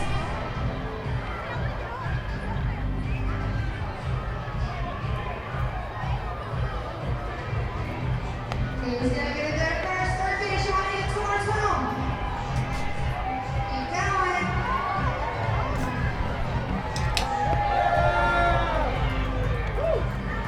Alright, it looks like the first base side is going to be a winner of the IRA. Brought to you by Man Institute. You're not going to see a shake. Man Institute is offering Skeeter fans $1,000 off places for Skeeters just for being a fan of Skeeters. Mention Skeeters and Discount and I receive discounts. Check them out on the web, maneyes.com. Hi, if you're looking to grab one day for $1,300, like $650 guaranteed earnings to somebody, where's the most selling tickets 3 to 6? Go and grab them now. We'll be giving us West away in the 7th inning. 50-50 round going on right now at Constellation Field. For fans, you only have about 3 outs left before we wrap up the jersey auction today. Your opportunity to win. And welcome back to Constellation Field. Bottom of the 5th inning. Your Skeeters are trailing the Blue Crabs 4-0. So far, and steps CJ McElroy. He's going to lead things off. Had a bunt single back in the 3rd inning. Now coming up for his 2nd at bat. Pat Dean still on the mound for the Blue Crabs. Ryan Canary has come in at 2nd base. Going to be his 2nd inning to work at 2nd base. We mentioned how Angeles Nina exited the contest after grounding to a double play to end the fourth. So that's your substitution for the Blue Crabs as Dean pours over a curveball for strike one.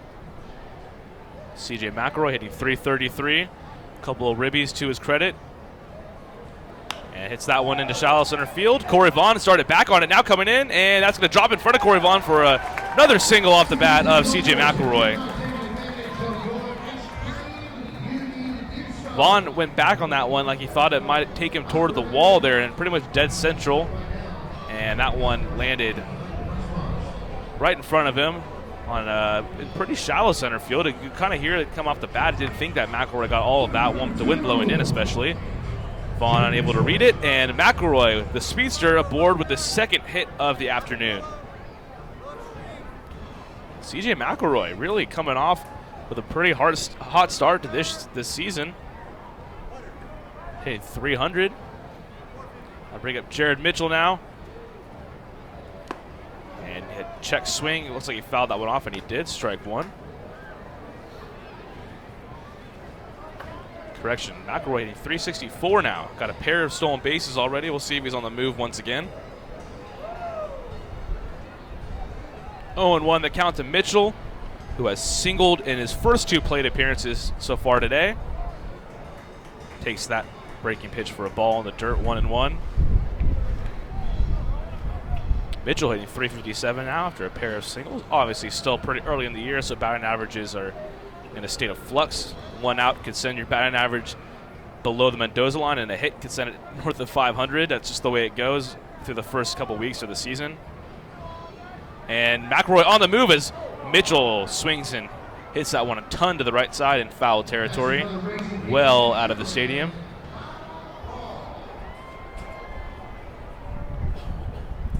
McElroy reached with a single. Mitchell singled behind him there in the third inning, which was the biggest threat so far after Alvaro Rondon bunted over the pair.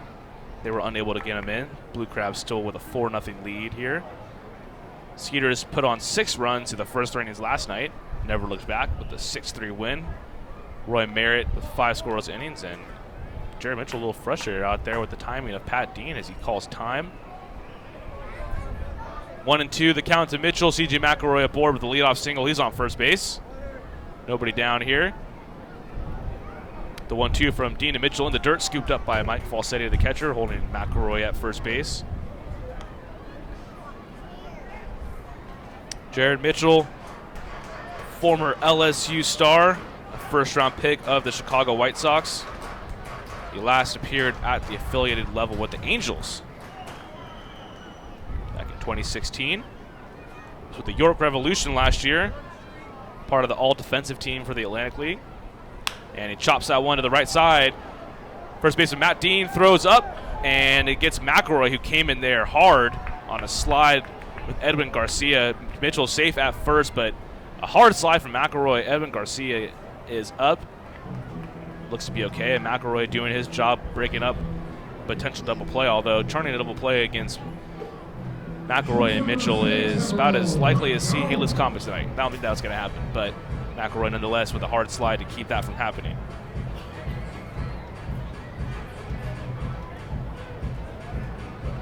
So one away, Alvaro Rondon up for the second time. He had a sacrifice bunt back in the third inning. Nothing like a sacrifice bunt for Alvaro Rondon. Those two words go together pretty well. Alvaro does all the little gritty work that you need a guy like that on your team. Speedster, able to drop down a bunt when called upon as he fouls that one back. Plays a stellar shortstop. Also the Skeeters Community Man of the Year last year, so just all around Alvaro Rondon. A hard worker, happy he's back here at Sugar Land for another year. 0-1 from Dean to Rondon, fouls that one back. So Dean has been working along pretty smoothly here. 7 strikeouts through 4 1/3 innings. 5 hits, no runs, just 1 walk so far. Kevin McGowan got the start for your Skeeters, allowed 4 runs on 3 of which were earned on 5 hits and 3 innings of work. Had a walk and 2 strikeouts. The 0-2 from Dean to Rondon, And Rondon fouls that one back as well, so 0-2 is where we will stand.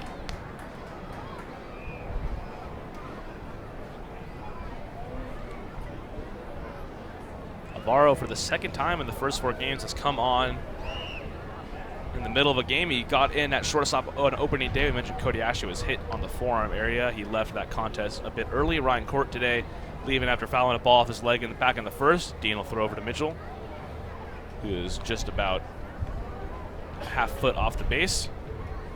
Kind of that excuse me pickoff move. A little cat and mouse game maybe going on between Dean and Mitchell. Mitchell was a little bit frustrated with Dean's timing to get to home plate. A short lead from Mitchell, and he is not on the move. The 0-2 from Dean to Rondon, misses upstairs for a ball.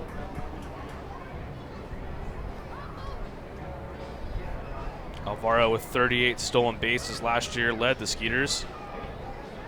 Was also the 3rd most stolen bases in a single season. Josh Prince with his 52 back in 2017 holds that record. And that fastball catches the outside edge. Rondon looking at it for strike 3.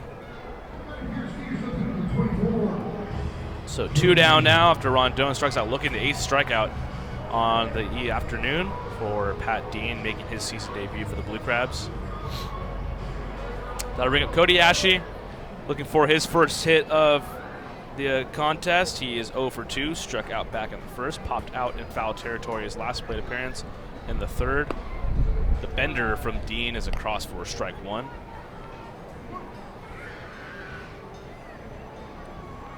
Four runs, 6 hits, no errors for the Blue Crabs. No runs, 5 hits, and an error for the Skeeters as Dean checks over on Mitchell again. Mitchell gets back in time.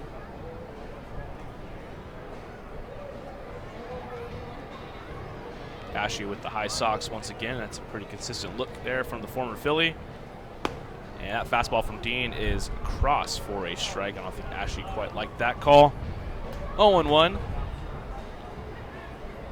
Here to Cody Ashe playing left field today. Had a nice running catch down there in the corner to end the ball game last night. As Felipe Paulino logged save number 1 on the year for Jumbo. Pretty big lead for Mitchell. Kind of antagonizing Dean, and Dean will step off.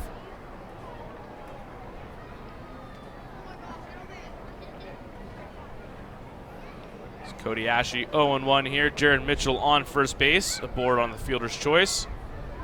The second pitch from Dean, Ashe pretty much in the same spot. This time it's called a ball. So 1-1 to Cody Ashe.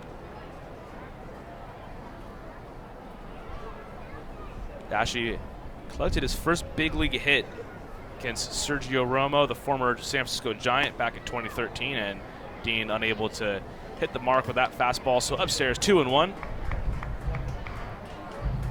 He's walking off the mound there a little bit. Don't know if you realize that would have only been strike number 2.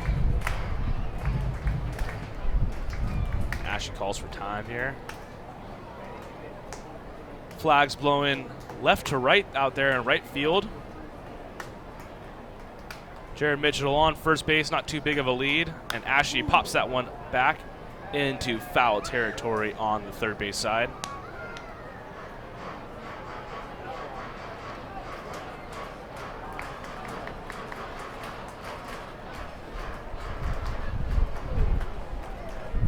So Blue Crabs pitching, starting pitching, getting it done so far today. Not the case yesterday. 6 runs. The first 3 innings, Ashe hits that one a ton to the right side, but out of play and out of the stadium.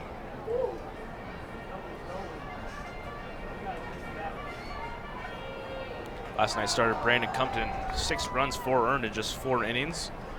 Ashe got him for the 1 home run back in the first inning of Saturday night's game.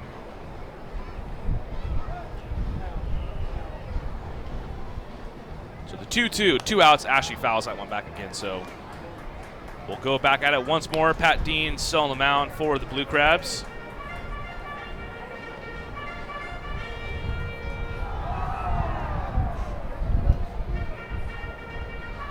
Cody Ashe riding a 2-game hitting streak early on. Love the superlatives we can say of the guy homers on opening day. Always on pace for 162. It's kind of a tired thing, but always fun to do that. And the breaking pitch from Pat Dean misses outside for a ball. So As I said, Frank Martinez has got 6 RBIs through 4 games. I don't really know the map off the top of my head, but he's technically on pace for over 140 RBIs this year. One of the favorite traditions of the early seasons of a baseball season, the on-pace game. And Mitchell with the full count on the run, and Ashley gets that a ton again to the right side, but going to be over the inflatables there on the concourse and right field and out of play. So Mitchell will have to trot back to first. He will be on the move again with the full count pitch. And 2 away. In the 5th inning, the Blue Crabs with a 4-0 lead over your Sugar Land Skeeters. If Ashley were to get on, Juan Severio is on deck. That one foul back. Kevin Zlotnick, our owner behind me, he's clamoring for some runs here. Kevin, you want to hop on in? Checks his watch, and he gives me the thumbs up. He said 10 minutes, so mark your watches in 10 minutes. Kevin Zlotnick going to join me in the Skeeters broadcast booth. But right now we got a full count to Cody Ashley, the left fielder for your Skeeters. 2 down in the 5th inning. Jared Mitchell on first base. Matt Dean will be holding him on because he's going to be going on the pitch, and there he goes. The full count, and fools Ashley with the breaking ball, and Ashley looks for strike 3, so that'll do it. Back-to-back strikeout looking here in the 5th inning. Strikeout number 9 for Pat Dean here through 5. The Blue Crabs lead the Sugar Land Skeeters 4-0. Those tricks are not sick. Check these out. These are sick tricks. All right, guys, Nitro Circus is coming to Constellation Field Saturday, May 4th. Check out all the high-flying action. Tickets are available. Surely, TDC and ticket office for more information. Visit nitrocircus.com.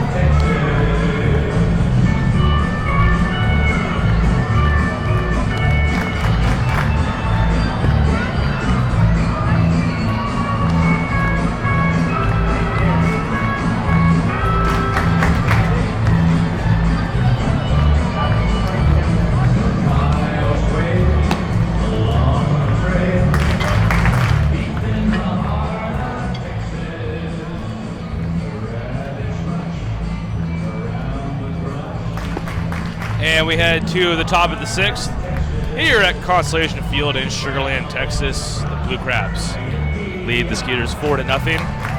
As Lucas Irvin back on the mound for another inning of relief. It'll be his 3rd inning of work. Skeeters bullpen has done a pretty good job of putting out the fire so far this year. A 2.70 ERA and 13 3rd innings already. They lead the Atlantic League in bullpen innings by a pretty wide margin. Entering today, the closest team to them was the Southern Maryland Blue Crabs, who they're playing right now, 9 2/3 innings. So a lot of bullpen action from the Blue Crabs in the Skeeters so far. And Irvin has still rocking that unblemished ERA as Tony Thomas, the left fielder, steps in for the Blue Crabs. He takes low for a ball. Let's take a peek. Tony had a sac fly, robbed of a base hit by Jared Mitchell back in the 1st on a great diving play, and struck out swinging back in the 3rd with Kevin McGowan still on the bump. Fouls that one back off to the right side. So as for the Skeeter starters have done relievers have done a fantastic job this year. Not the same can be said for the starters. They came in with a 7.43 ERA and 3 starts. And Thomas does that one pretty well to center field. Going to take Jared Mitchell back toward the right center field gap, but he's under it. Puts it away for out number 1 here in the 6th. Going back to the starters, Roy Merritt last night with 5 scoreless innings to lower that ERA from where it could have been. It was 11.88 before Roy Merritt threw 5 scoreless and got the W last night. Connor Wade and Mitch Talbot, who were both spectacular last season, got off to sluggish starts here, but I'm sure they will turn that around. They got plenty more starts to log here on this 2019 season. We're just game number 4. Skeeters with a 2-1 record so far. And Matt Dean, the first baseman, takes low and away for ball 1. Mitch and Connor spent a lot more time here last year than Mitch. Mitch had 5 starts, but was phenomenal before going to the Indians. And Connor Wade, as Irving gets in to ground that one to Rondon. Rondon over to Loney with a perfect throw. 2 away now in the 6th. But as I was saying, Connor Wade led the team in innings pitched last year. Tied for the team lead in wins. Threw a shutout in Game 2 of the Atlantic League Championship Series right here, Constellation Field against Long Island Ducks. Was an Atlantic League All-Star, so if you get where I'm going here, Connor Wade was a very integral piece of the Skeeters Championship Club, and sure he will turn it around as really early in the year still. But Lucas Irvin keeps rolling along. Edwin Garcia, the shortstop, now takes for a ball. Irvin entered with 2 scoreless innings to his credit, and he's working on his 3rd scoreless inning today in relief. The 1-0 from Irvin to Garcia misses up and away for a ball.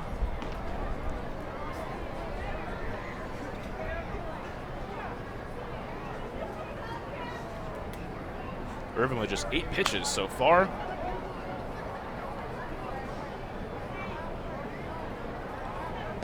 Garcia fouls that one back. 2-1. The count to Edwin Garcia. He singled and came around to score on a Corey Vaughn double in the 2nd and lined right back to Kevin McGowan to end the 3rd inning. And now 3-1 as Irvin arches his back, wondering where that one missed. A little bit inside if you're asking a home plate umpire, I'm sure.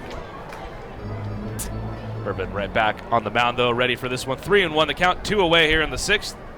Irvin to Garcia. Garcia swings and misses at the breaking ball for strike 2. So we got a full count now.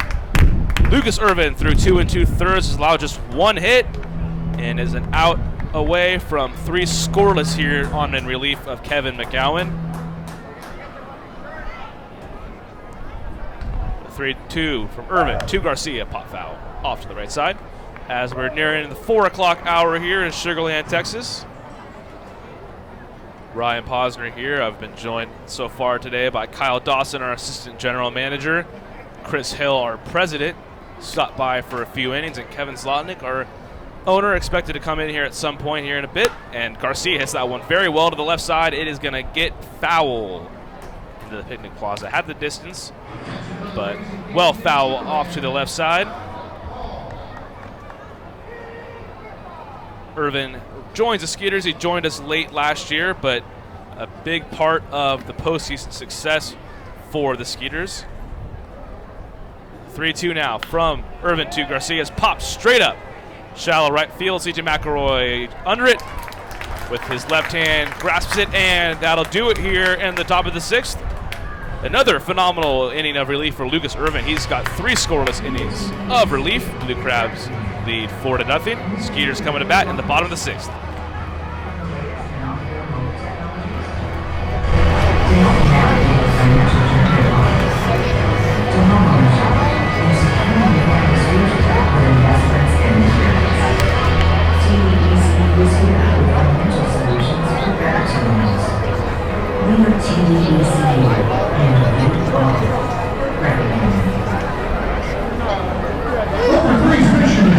One child, one family, one community.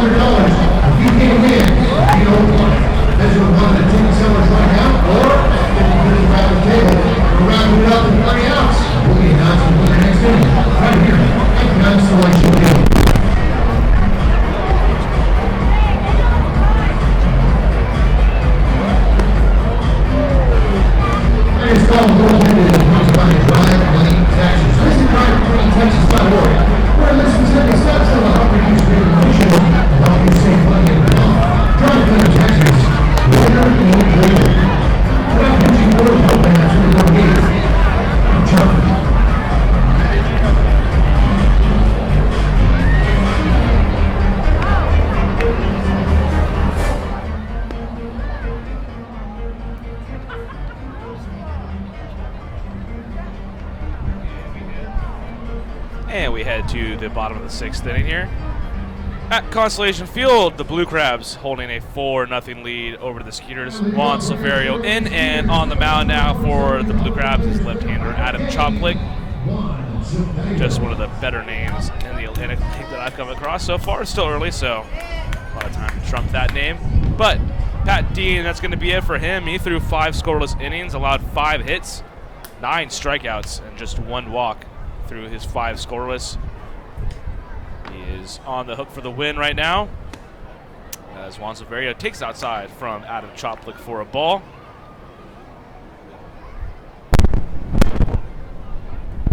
Choplick coming in on his 2nd game of the year through a scoreless inning back on opening day. The 1-0 from Choplick to Silverio hit into shallow center field. Edwin Garcia ranging back. He makes the catch. A few steps in front of Corey Vaughn coming on in on that. So 1 away now as Juan Silverio is retired to open the 6th inning here. Hope for 3 day at the ballpark, striking out autism. A great day here at Constellation Field, a day that all of us look forward to. There's Chris Hill mentioned how this ballpark and is catered so much to families and family fun and affordable fun, and today you get to see the family fun aspect of it. There are tons of kids here, little leagues, people with hope for 3, all of the alike, and we'll have kids run the bases after the game as James Loney swings and misses over that one for strike 1. Loney 1 for 2 today, had a single back in the 2nd inning, struck out looking back in the 4th. One of Pat Dean's 9 strikeouts today. He's online for the win right now.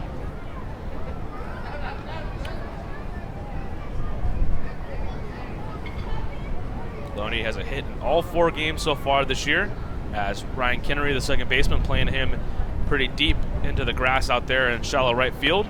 Breaking pitch from Choplick, lefty on lefty to Loney is across for strike. So 0-2 now to James.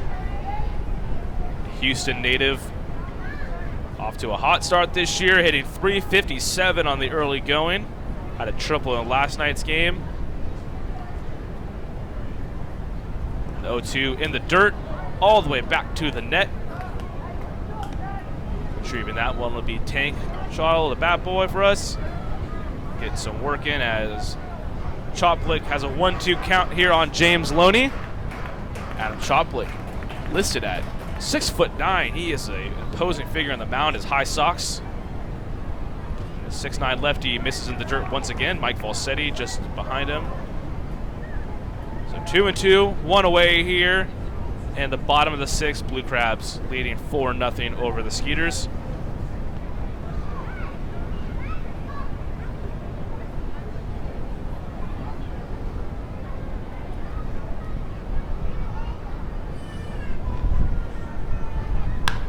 And the 2-2 from Loney hit well foul off to the right side.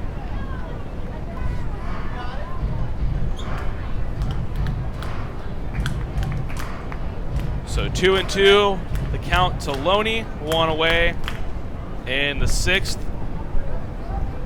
A beautiful afternoon at the ballpark, the first afternoon game of the year here on a Sunday. The 2-2 ground up the middle, going to be trouble for Garcia. He ranges behind it though, quickly fires on over to Matt Dean at first base and gets Loney by a few steps for out number 2. And there he is, stepping on into the broadcast booth, Kevin Zlotnick, the owner for the Skeeters. Kevin, how goes it on a Sunday afternoon? It's going pretty well. I'm here to redeem myself from opening day. Yeah, that was a tough go on opening day. You stepped on in, and stepping on out were 2 home runs for the Blue Crabs, back-to-back style. Yeah, my ERA is 36. That's Ooh. not good. And you know it. I'm wearing it all weekend. My wife was like, "What's the issue?" I was like, "I've got a 36 ERA." You stepped in and you knew exactly what your ERA was. There's not a piece of paper in front of you or anything. This is it's holding some real estate in your head, I can tell. It's been bugging me. Well, So time to turn it around then. 2 away. Dennis Phipps up to bat. Adam Choplick on the mound for the Blue Crabs. So reliever now. Yep. Pat Dean had a pretty good outing. 5 scoreless, struck out 9 batters, but he's done for the day. he was throwing some gas. Yeah, this is his season debut, and he was giving the Skeeters hitters fits for sure. Where did he come from? So last year he actually played in Korea. I believe Former big leaguer, though? he is. In 2016, he played for the Twins, and then he spent the last 2 years in the Korea Baseball Organization, which he had an ERA in the 6, but the KBO is a very big hitters league. Like that's where your ERA when it's in the 6 could be kind of like having like a 3 or a 4 ERA. It's like the Pacific Coast League out here. Gotcha, okay. So tough to gauge how good a pitcher's doing out in those parts, but he sure looked good today. Left-handed, throwing 94, is that right? It was. There's a lot of lefties in the lineup today too. You got Cody Ash, James Loney. Loney actually with a hit, but definitely giving Skeeters batter fits. And a chop lick gets Dennis Phipps to swing over that one for strike 3. So that's going to do it here in the 6th inning. Skeeters go down in order. They trail the Blue Crabs 4-0.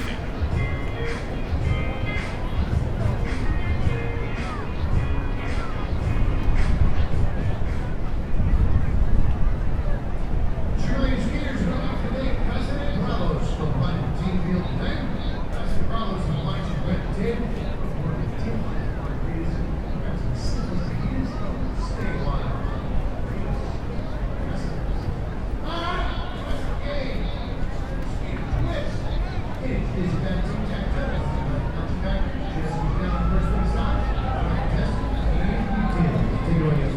Thank you, Shane. Yes, I have 4 contestants down here ready to spin around, get nice and dizzy, and then play some tic-tac-toe. All right, guys, when I say you're going to put your head on the mat, keep the bat on the ground. Spin around 3 times as fast as you can. Once you do that, grab your letter and run to the board, and the goal is tic-tac-toe. All right, ready? Put your heads down. Set. Spin. As fast as you can. Keep going. All right, looks like Timo is going to get the letter there first. Alrighty, guys, start spinning. Let's give up some encouragement as they do this. Cheer them on. Who's going to be our winner?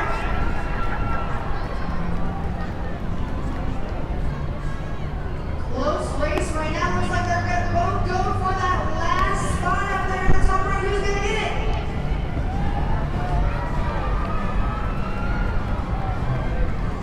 And very slowly, let's give you Timo with the win. Congratulations, you are the winner of Dizzy Bat Tic-Tac-Toe, brought to you by the Party Factory.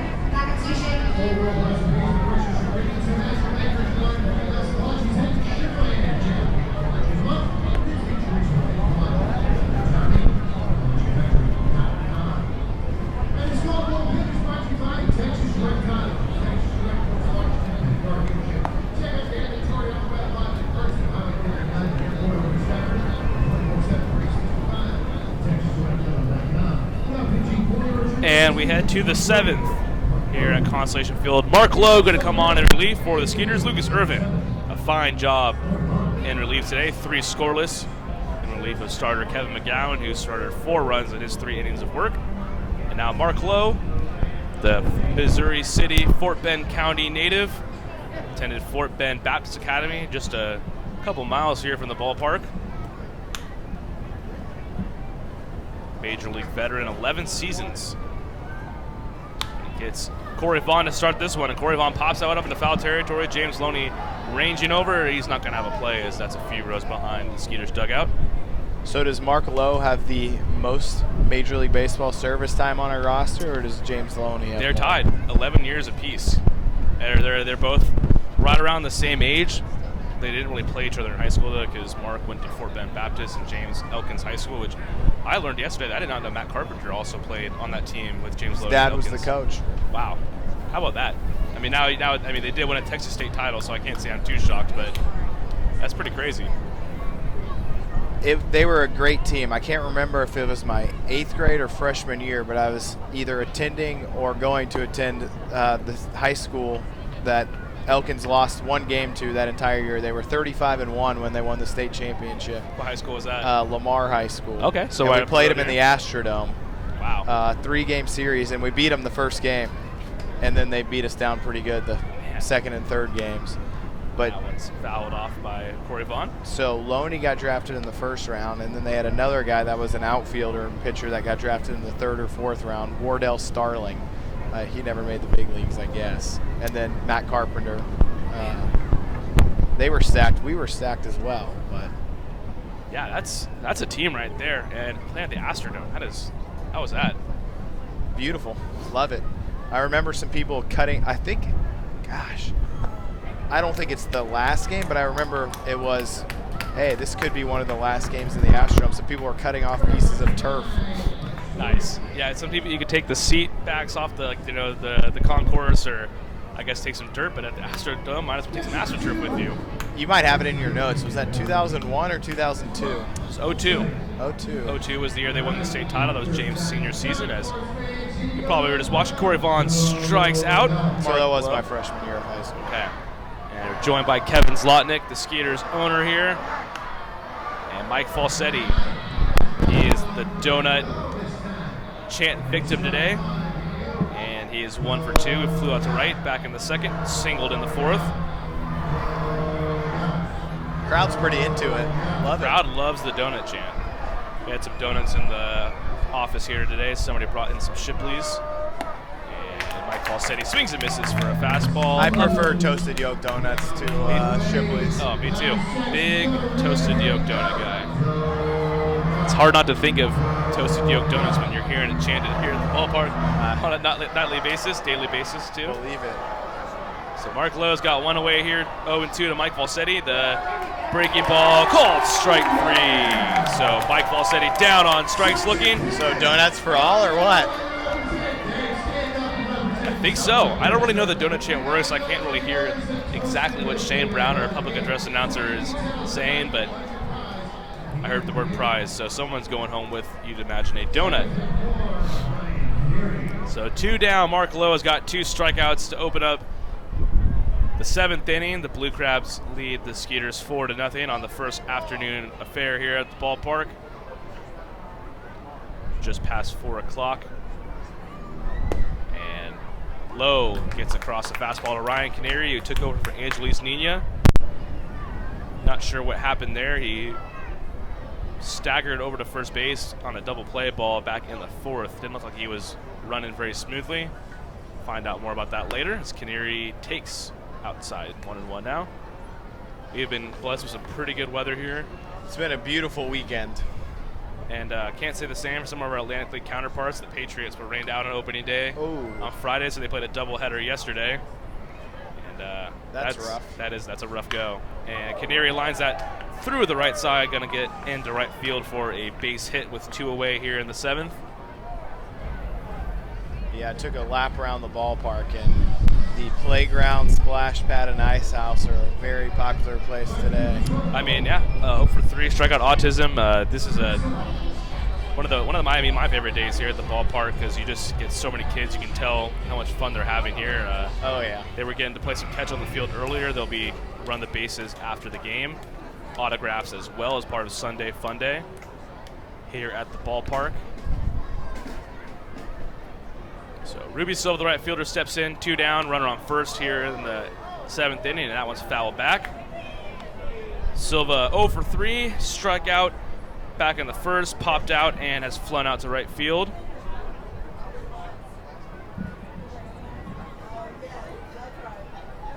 Silva, part of the top of the order for the Blue Crabs, which has done some damage. He's hitting .313 right now, early on here. And Falsetti with a big lead, faked the steal, but that one's going to be hit up the middle for a base hit.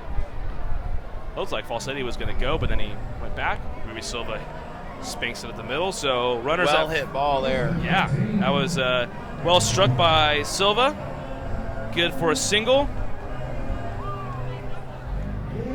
And now Frank Martinez.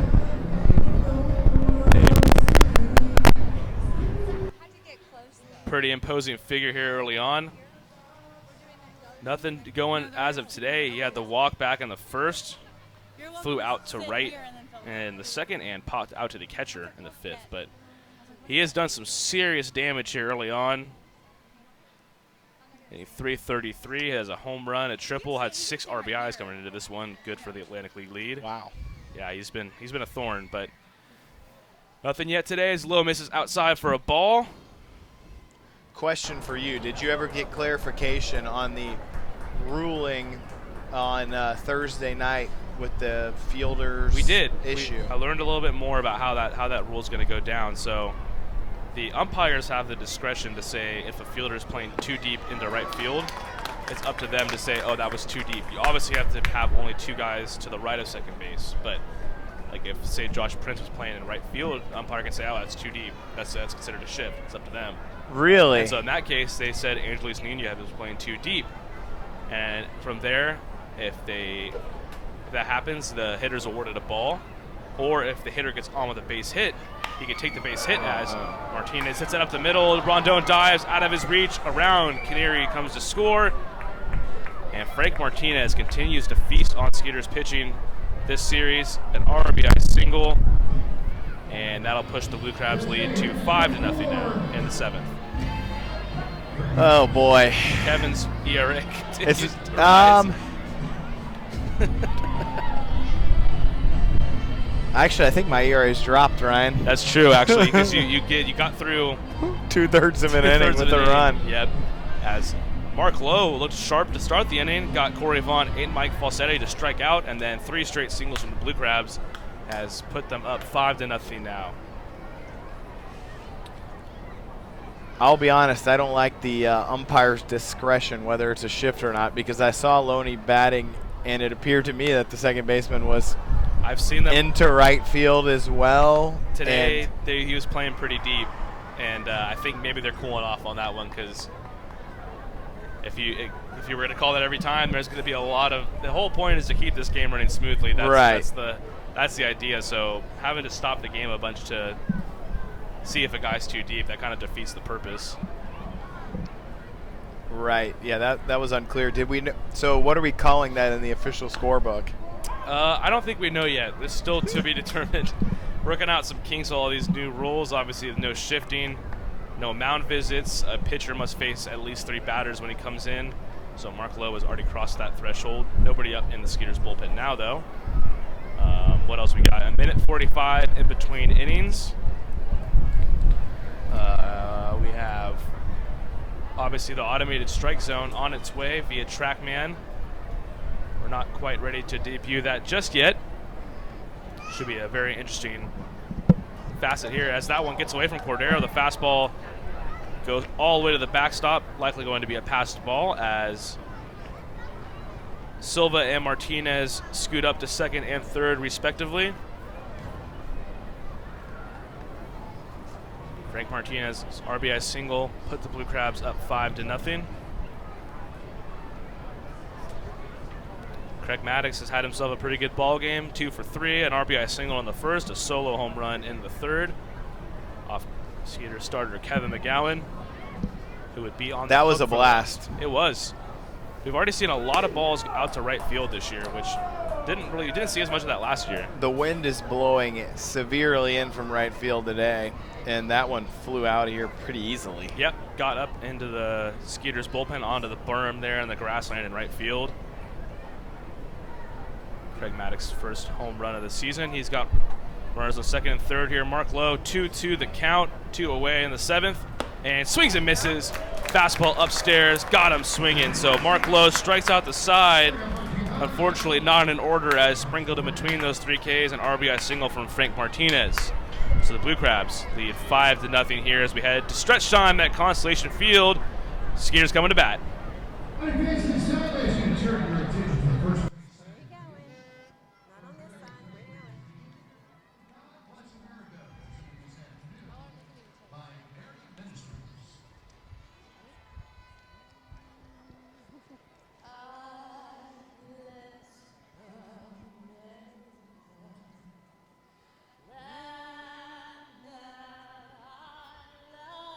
That I love stand beside her and guide her through the night with the light from above. From the mountains to the prairies to the oceans, white with foam. God bless America, my home, sweet home. God bless America, my home, sweet home.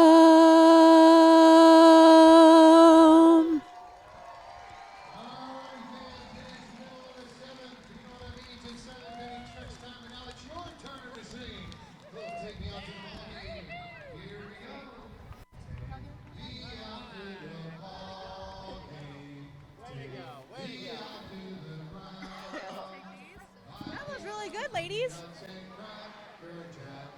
I don't care if I ever get back, so just root for the Skeeters.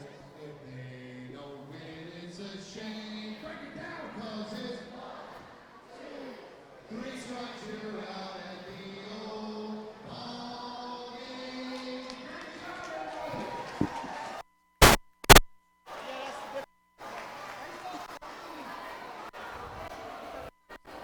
There you go. There you go.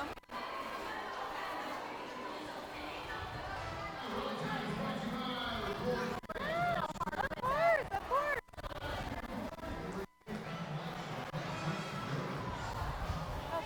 You're welcome.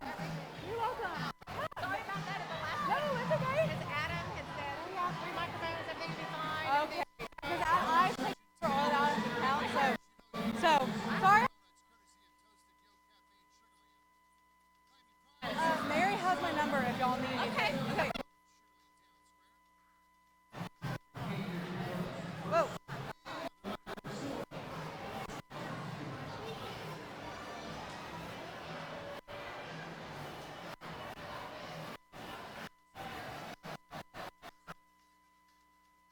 Here we go, 3 orders to go in, Skeeters, sketch number 3, Cordero.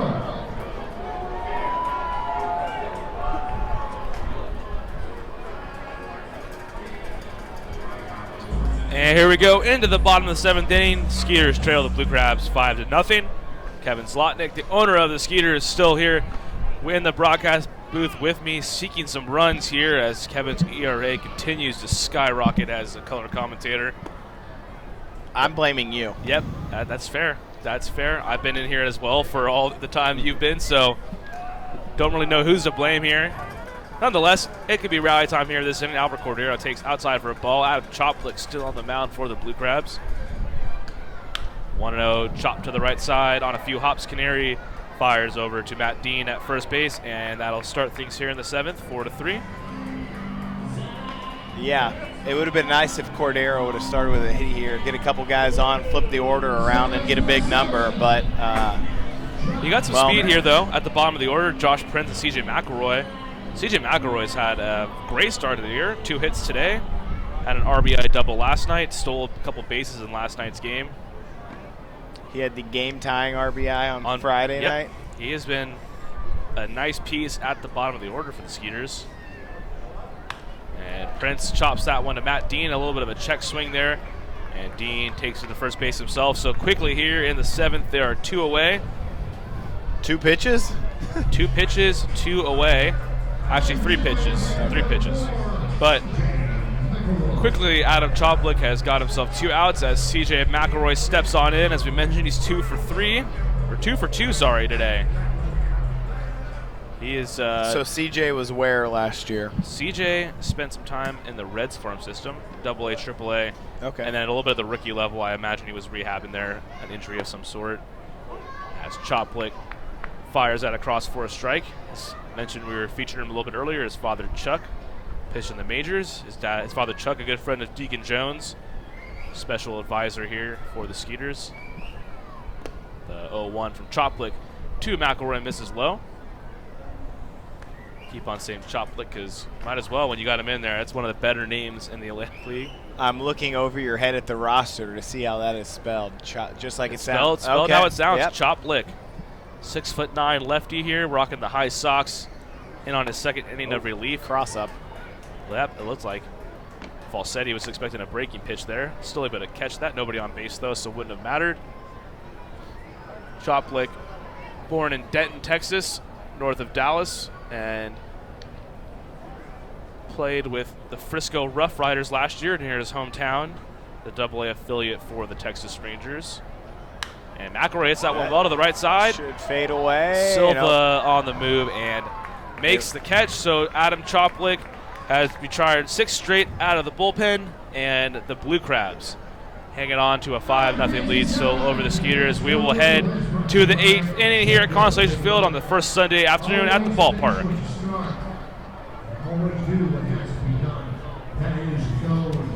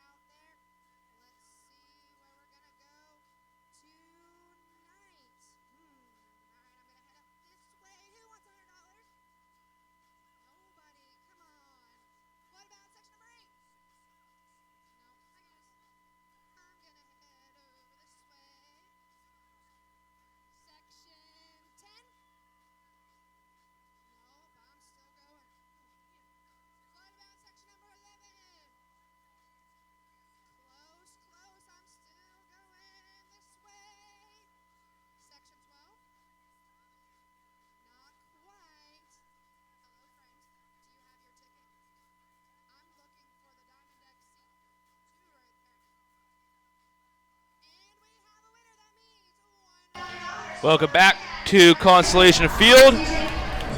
Skeeters trail the Blue Crabs 5-0 here as we head to the 8th inning. We've got a new pitcher on the mound for the Skeeters. That's right-hander Kevin Comer. Comer going to be making his 2nd appearance of the year. Comer got in earlier in this series.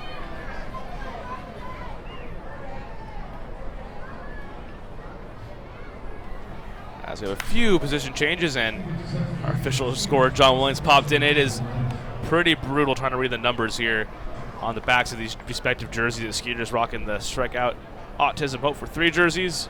Blue Crabs with the State of Maryland jerseys. And again, not making it easy to figure out what the numbers are, but Kevin Comer, as we mentioned, on the mound. He's got a 1-1 count on Tony Thomas, left fielder. The 1-1 misses low. Comer. Kevin threw a scoreless inning back earlier in the series. Struck out 1. And that inning of relief, the 6'3", 205-pound right-hander from New Jersey, gets that one across for a strike. So 2-2 now to Tony Thomas. Also in the game, a new Skeeter making his debut, Will Maddox, taking over for Josh Prince out there at second base. That was part of the discussion me and John were just having, as that one's fouled off to the right. James Loney does not have a play. That one's in the seats for a foul ball. Will Maddox signed today and activated, taking the roster spot of Andrew Bellotti, who was picked up by the New York Yankees. We'll have to see where he is assigned to. Andrew threw a scoreless inning in Friday night's game, struck out the side, and has headed to New York. Well, Maddox began the year with AA Erie, a AA affiliate for the Detroit Tigers, as Comer gets Thomas to hit that one in fairly deep right field, but playable for McElroy, who's under it and has it in his grasp for out number 1 here in the 8th.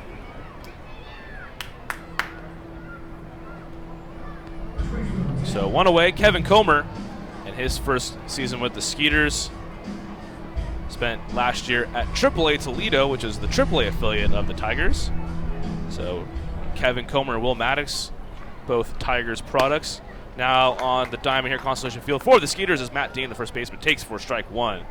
Kevin bringing the heat out of the Skeeters pen. That one at 96 miles an hour. 0-1 line to center field, right at Jared Mitchell. He's under it. He's got that one easily. A few steps to his left for out number 2 here in the 8th. That was part of a bullpen effort in relief of Connor Wade in the second game of the season. Comer, James Dykstra, Mark Lowe all pitched in that one, all firing off pretty good innings to keep that one in line as the Skeeters and Andrew Bellotti pitched in that as well. Skeeters down 6-0 and ended up winning 7-6 in the 9th inning. For their first win of the year back on Friday as Edwin Garcia steps in and takes a ball outside. 4:30 here at Sugar Land, Texas, Constellation Field, game number 4 of the season as Garcia fouls that one back. Garcia 1 for 3, singled and scored in the first, lined out back in the third. Pops that one up foul. So he's down 1-2 quickly as Kevin Comer, working quickly here. Already got 2 down in the 8th inning, and on relief, Mark Lowe started to run last inning in relief, and that one's chopped to the right side. Comer's going to field it himself. He'll flip the Loney underhand with ease, and Kevin Comer comes on in and gets a 1-2-3 8th inning. So the Blue Crabs, no runs, no hits in that frame. They do lead the Skeeters 5-0 as they'll come to bat, looking to find the scoreboard here on Sunday afternoon at the ballpark. Thank you, Shane. I'm out here with Ty, and he is ready to show us his speed in the Texas Mattress Maker stolen base race. All right, Ty, there is a base out there in the outfield. I'm going to give you 30 seconds to go down and steal it and bring it back to me. Are you ready? Okay, let's put that countdown up. 3, 2, 1, go.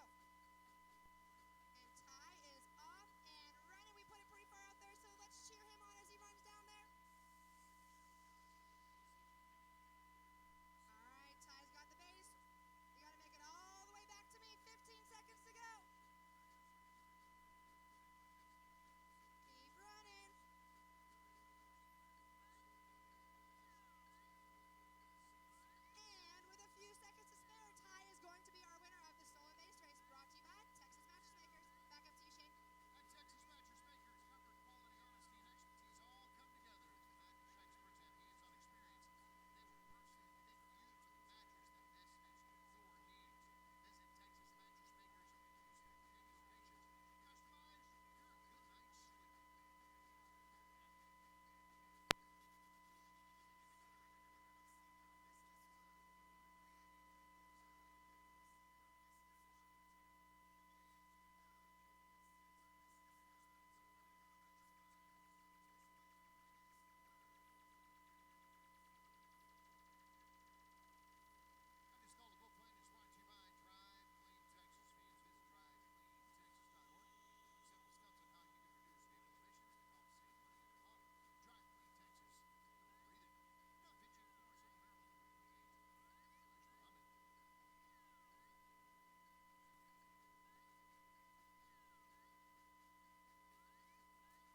Drive Clean Texas. Breathe it. Now pitching for Southern Maryland will be Elijah Muhammad. And to the bottom of the 8th we go here at Constellation Field. Skeeters trail the Blue Crabs 5-0. Jared Mitchell going to lead us off here, and Tyler Stam, our general manager, he has been the busiest guy in the ballpark today. 0 for 3 is his deal. I'd like to give you a chance to kind of plug it here while we got some time in the early part of the inning. How did you get started with 0 for 3 and all this great stuff going on at the ballpark today? So Hope for 3 just kind of landed in my lap. It was something that our, I think, director of sponsorship services, Jackie, was taking care of, and she actually accepted. I've done a lot of walking today. Excuse my mincing of words. But she took a job in Iowa and kind of landed with me, and been doing it for 3 years now. So what's been going on at the ballpark today? Like what has this whole event kind of, what are some of the facets of it? So basically we opened the ballpark early on this morning. Everybody gets here at about 9 o'clock. It's a opportunity for kiddos with autism, and they're Jared Mitchell hits that one well to right field. Ruby Silva goes back to the warning track, but he is under it a few steps in front of the wall in right field. right into the wind. Right into the wind stream. That's not a place you want to hit it here. Constellation Field, and Jared Mitchell out for number 1. Please go on, though, Tyler. So all these families show up, and it's a bunch of families that have been affected with autism, and the kiddos with autism get paired up with a buddy, and they have, I think, upwards of 500 volunteers that come out for this event, and they get to basically just go play on our playground, play some basketball, get in the splash pad. They have face painters out here, and also it gives the parents an opportunity. We do a parents' timeout in the ice house, which basically allows them to sit back, drink a beer, enjoy the day.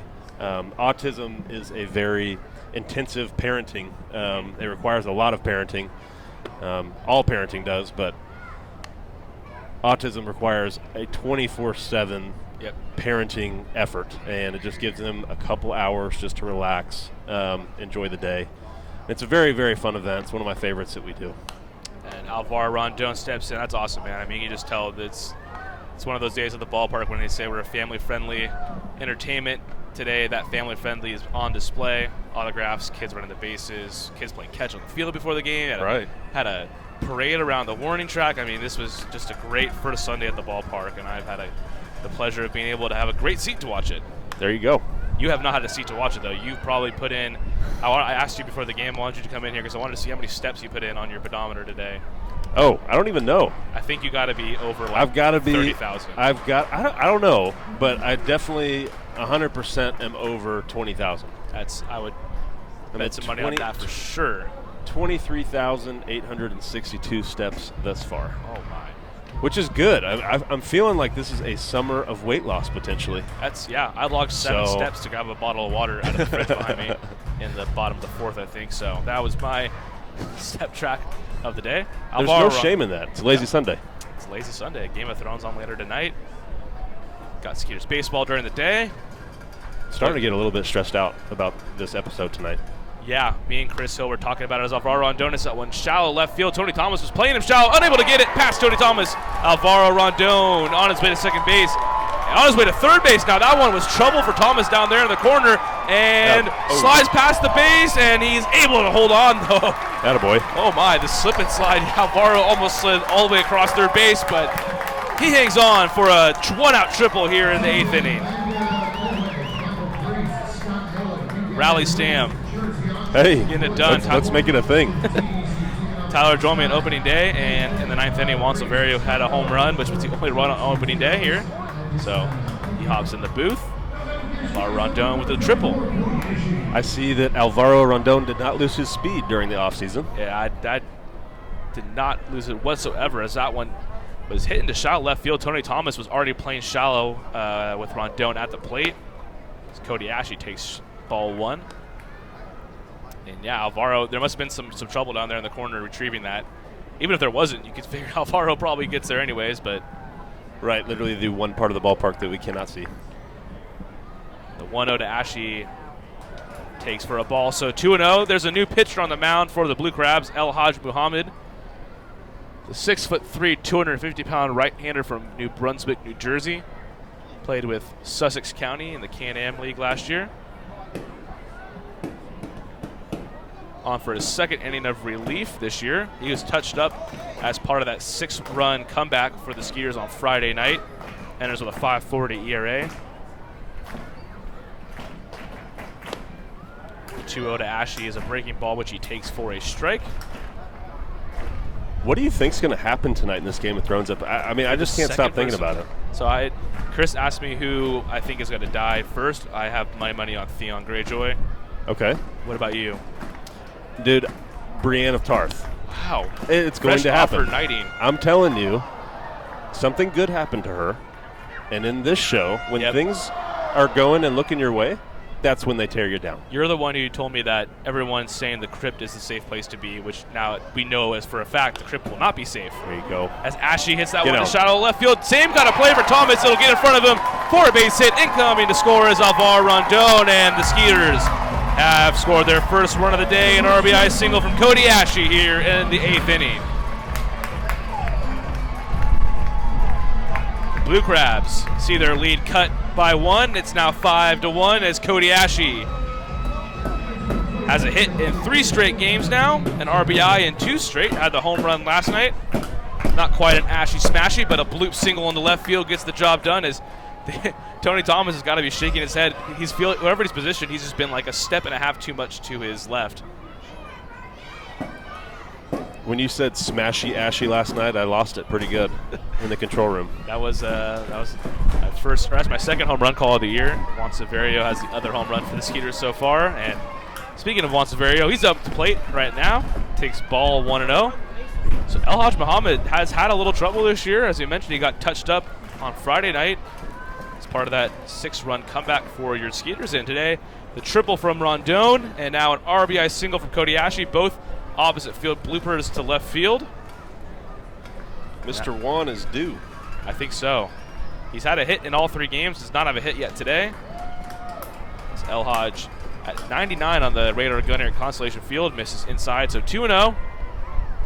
That's kind of how the rally went back on Friday night. Not a lot of hard hit balls, just some, Texas leaguers as they call them, some 6 hoppers to the infield.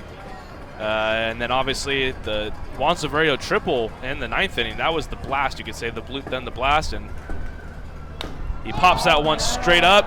Mike Falsetti drops all of his gear. Does not see it. It's going to be a tough play as, man, right on the net line. Mike Falsetti with a nice play in foul territory retires Juan Severio. Shed his catching gear like he was about to go streaking into the community pool. Tyler doesn't like that one. I dig it. Pop out to the catcher for out number 2. Bring up James Loney, who is 1 for 3 today. Has a strikeout looking, a ground out, and then singled back in the second. Loney has a hit in all 4 games so far this year as Ryan Canary, the second baseman, playing him a little bit shallower than Nina had him. Still on the grass there in shallow right field. And Loney takes outside for ball 1. What's the situation with Loney's pitching? Is he going to start? It's a good question. Do you know? I believe they're going to use him out of the bullpen when he gets used. He's not in the rotation as of now. And Loney takes, Falsetti doesn't catch it, but still called a strike there on the outer edge. The bullpen's been so good now. They entered with a 2.70 ERA. Lucas Irvin had 3 scoreless. Mark Lowe allowed the 1 run in the 7th. But Kevin Comer in the 8th with a scoreless. The bullpen's been so good, you wonder, you want to keep James's bat in the lineup. And I don't know how that would work, if they'd have to take him out of the lineup to pitch, or I don't think they would. But either way, I think the bullpen has just been so good. There hasn't been a need for him just yet. I'll take your word for it. Ooh, good and pitch. that one, great breaking ball on the outside edge for strike 2. And you got guys like James Dykstra, who had a scoreless inning back on Friday, hit 99 on the gun here at Constellation Field. And then we saw Felipe last night for the first time, picked up his first save of the year. So 1-2 here to James Loney. Fastball up, misses, so 2-2. Cody Ashe on first base. His RBI single has been all the scoring for the Skeeters today.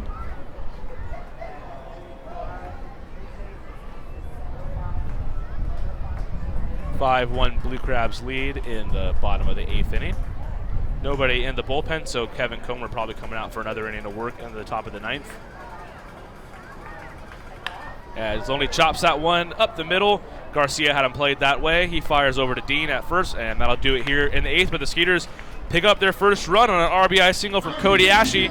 Blue Crabs lead 5-1. We're heading to the top of the 9th inning here at Constellation Field.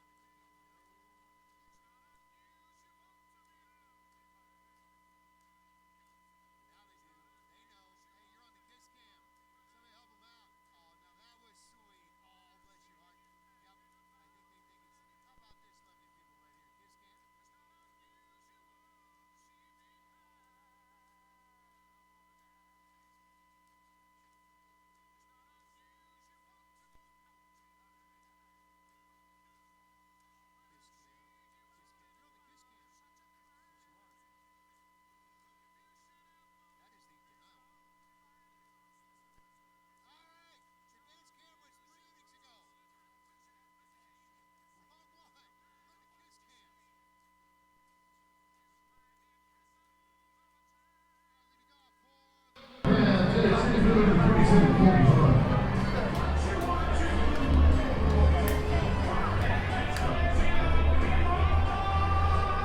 And welcome back to Constellation Field. Blue Crabs holding a 5-1 lead over the Sugarland Skeeters here on a Sunday afternoon at the ballpark. Kevin Comer still on the mound. He's got Corey Vaughn here leading off the inning. Tyler Stam, the general manager of the Skeeters, still hot on the mic to my right.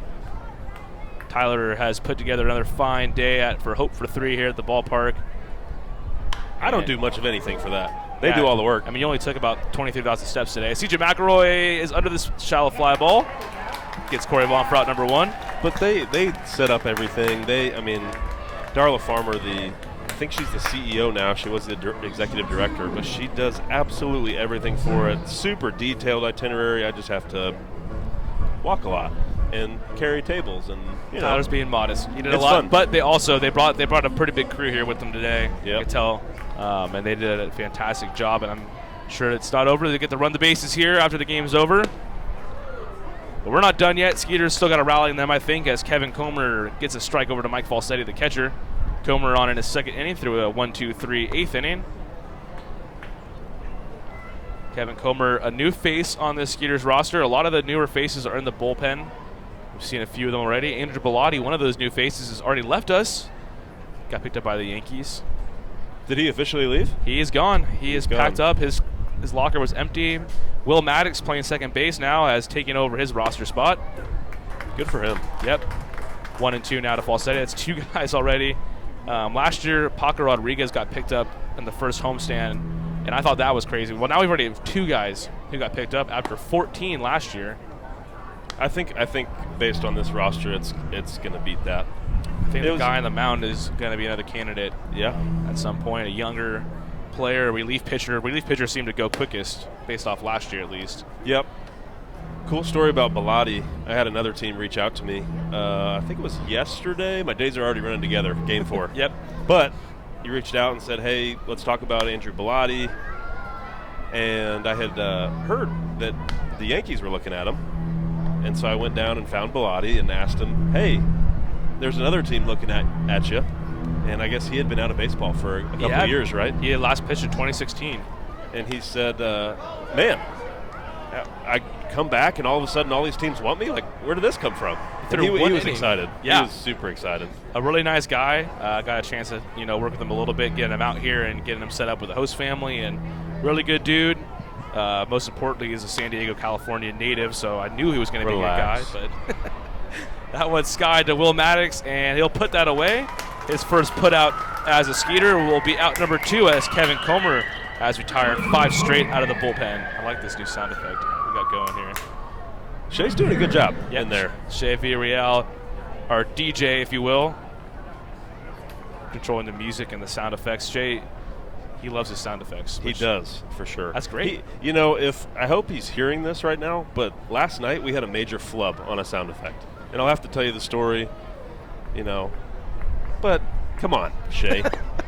Come on, Shay, clean it up. It's game number 4. There was basically, during games, we like to play the da-na-na-na-na-na charge. And then if the Blue Crabs are batting, we might play a small little fart noise or something like that. Something just like, not charge. Yeah, the anti-pump up. So we told Shay, hey, there was a homer to left. Yep, we remember that one. All right, it's quiet. Whenever the guy touches the plate, just play the fart noise. Just play that. He touches the plate and he plays da-na-na-na-na-na, and the fans in the stadium go like, charge! Oh my gosh. Maybe next time. Yep.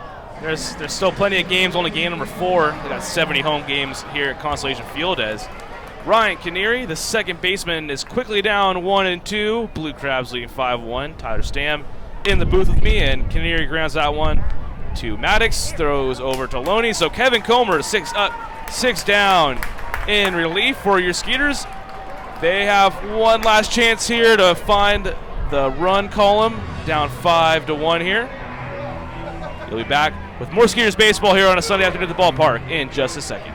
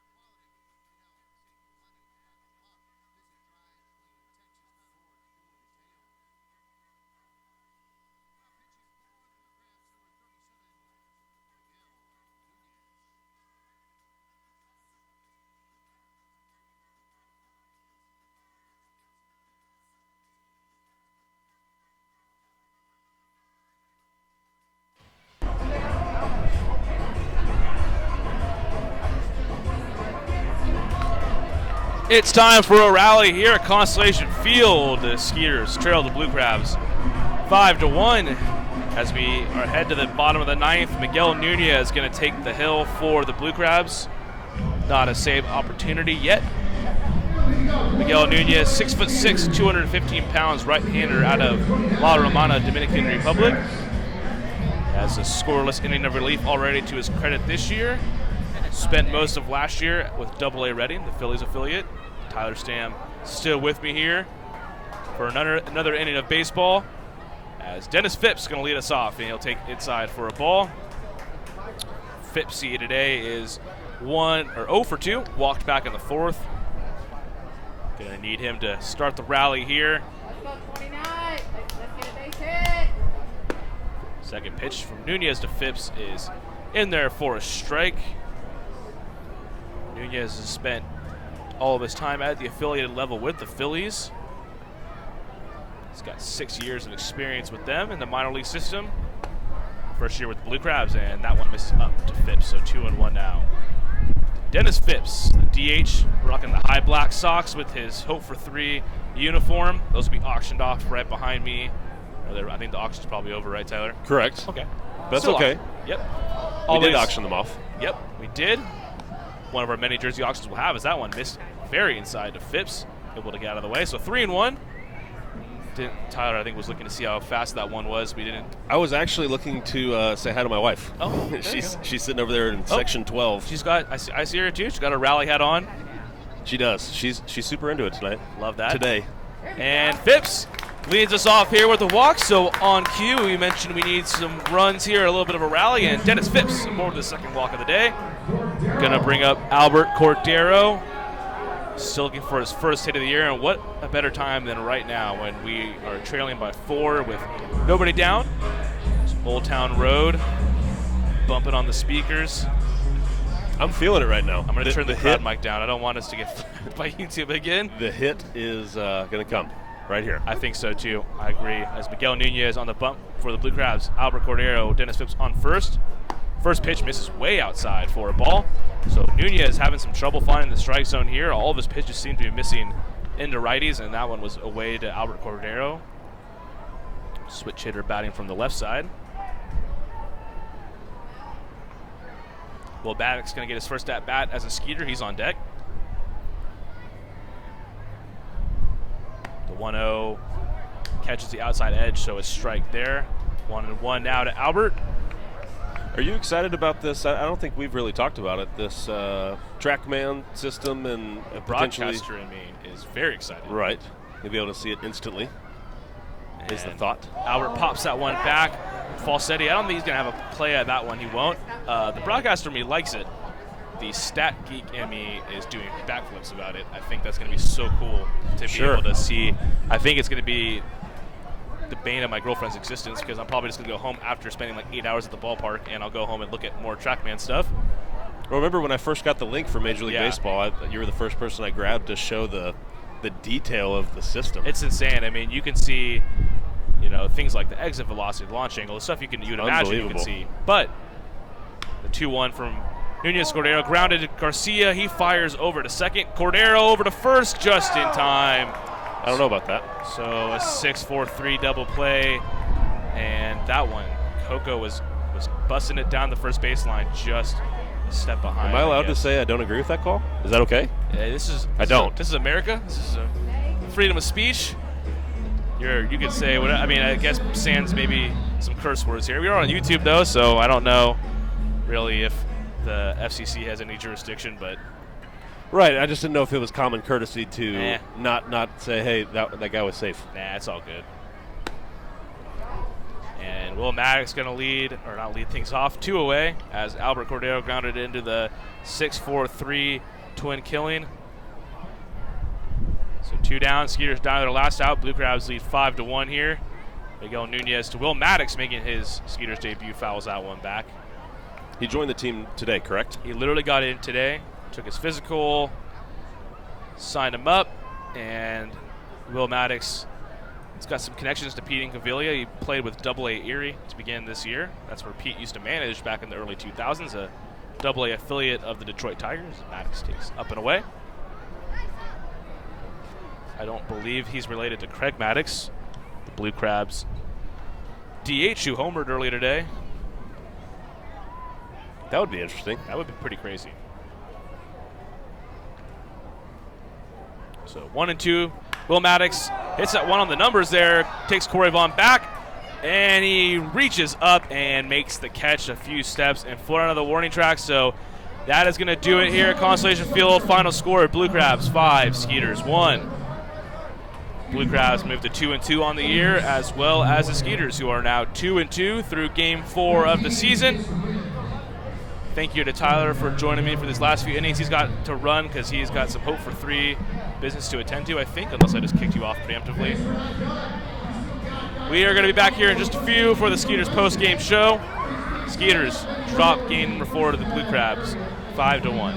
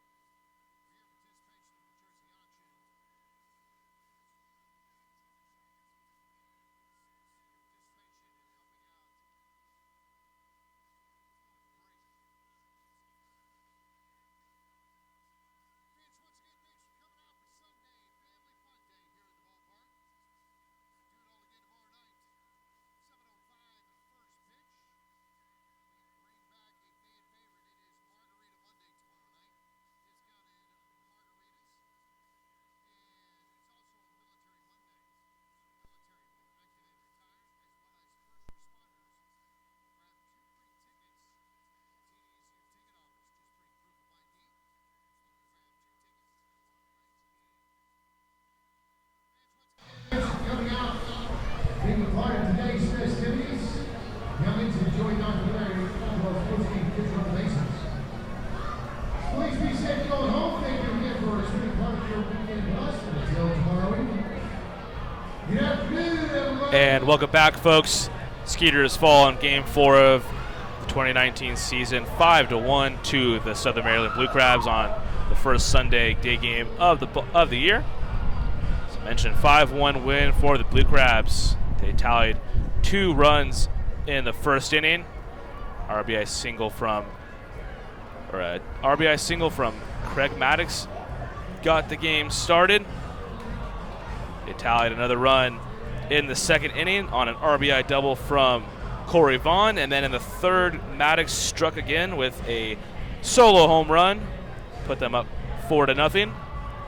No score up until the top of the 7th inning, where Frank Martinez drove in his 7th run of the year, an RBI single off Mark Lowe, and the Skeeters picked up their first and only run of the night. That following the bottom of the 8th, Alvaro Rondon had a triple. He came around to score on an RBI single from Cody Ashe. Taking the win today. First afternoon game, getting used to that, was Pat Dean. He threw 5 scoreless innings, struck out 9, allowed a walk on 5 hits. Kevin McGowan going to take the loss for the Skeeters in 3 innings of work. He allowed 4 runs, 3 of which were earned on 5 hits. The home run to Craig Maddox. He struck out 2 and walked 1. So as you mentioned, the Skeeters and the Blue Crabs both moved to 2-2 on the young season.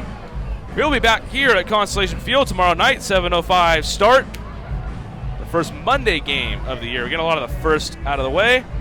Right-hander John Ritchie will take on Dallas Beeler, making his first start of the year. The Skeeter returning to duty. Well, that's going to do it for us here in the broadcast booth at Constellation Field. Ryan Posner, it's my pleasure to call this one to you, folks. Only wish we had a few more runs for the Skeeters, but that's all right. We'll be back here doing it again tomorrow. Blue Crabs with a 5-1 win. We will see you tomorrow night.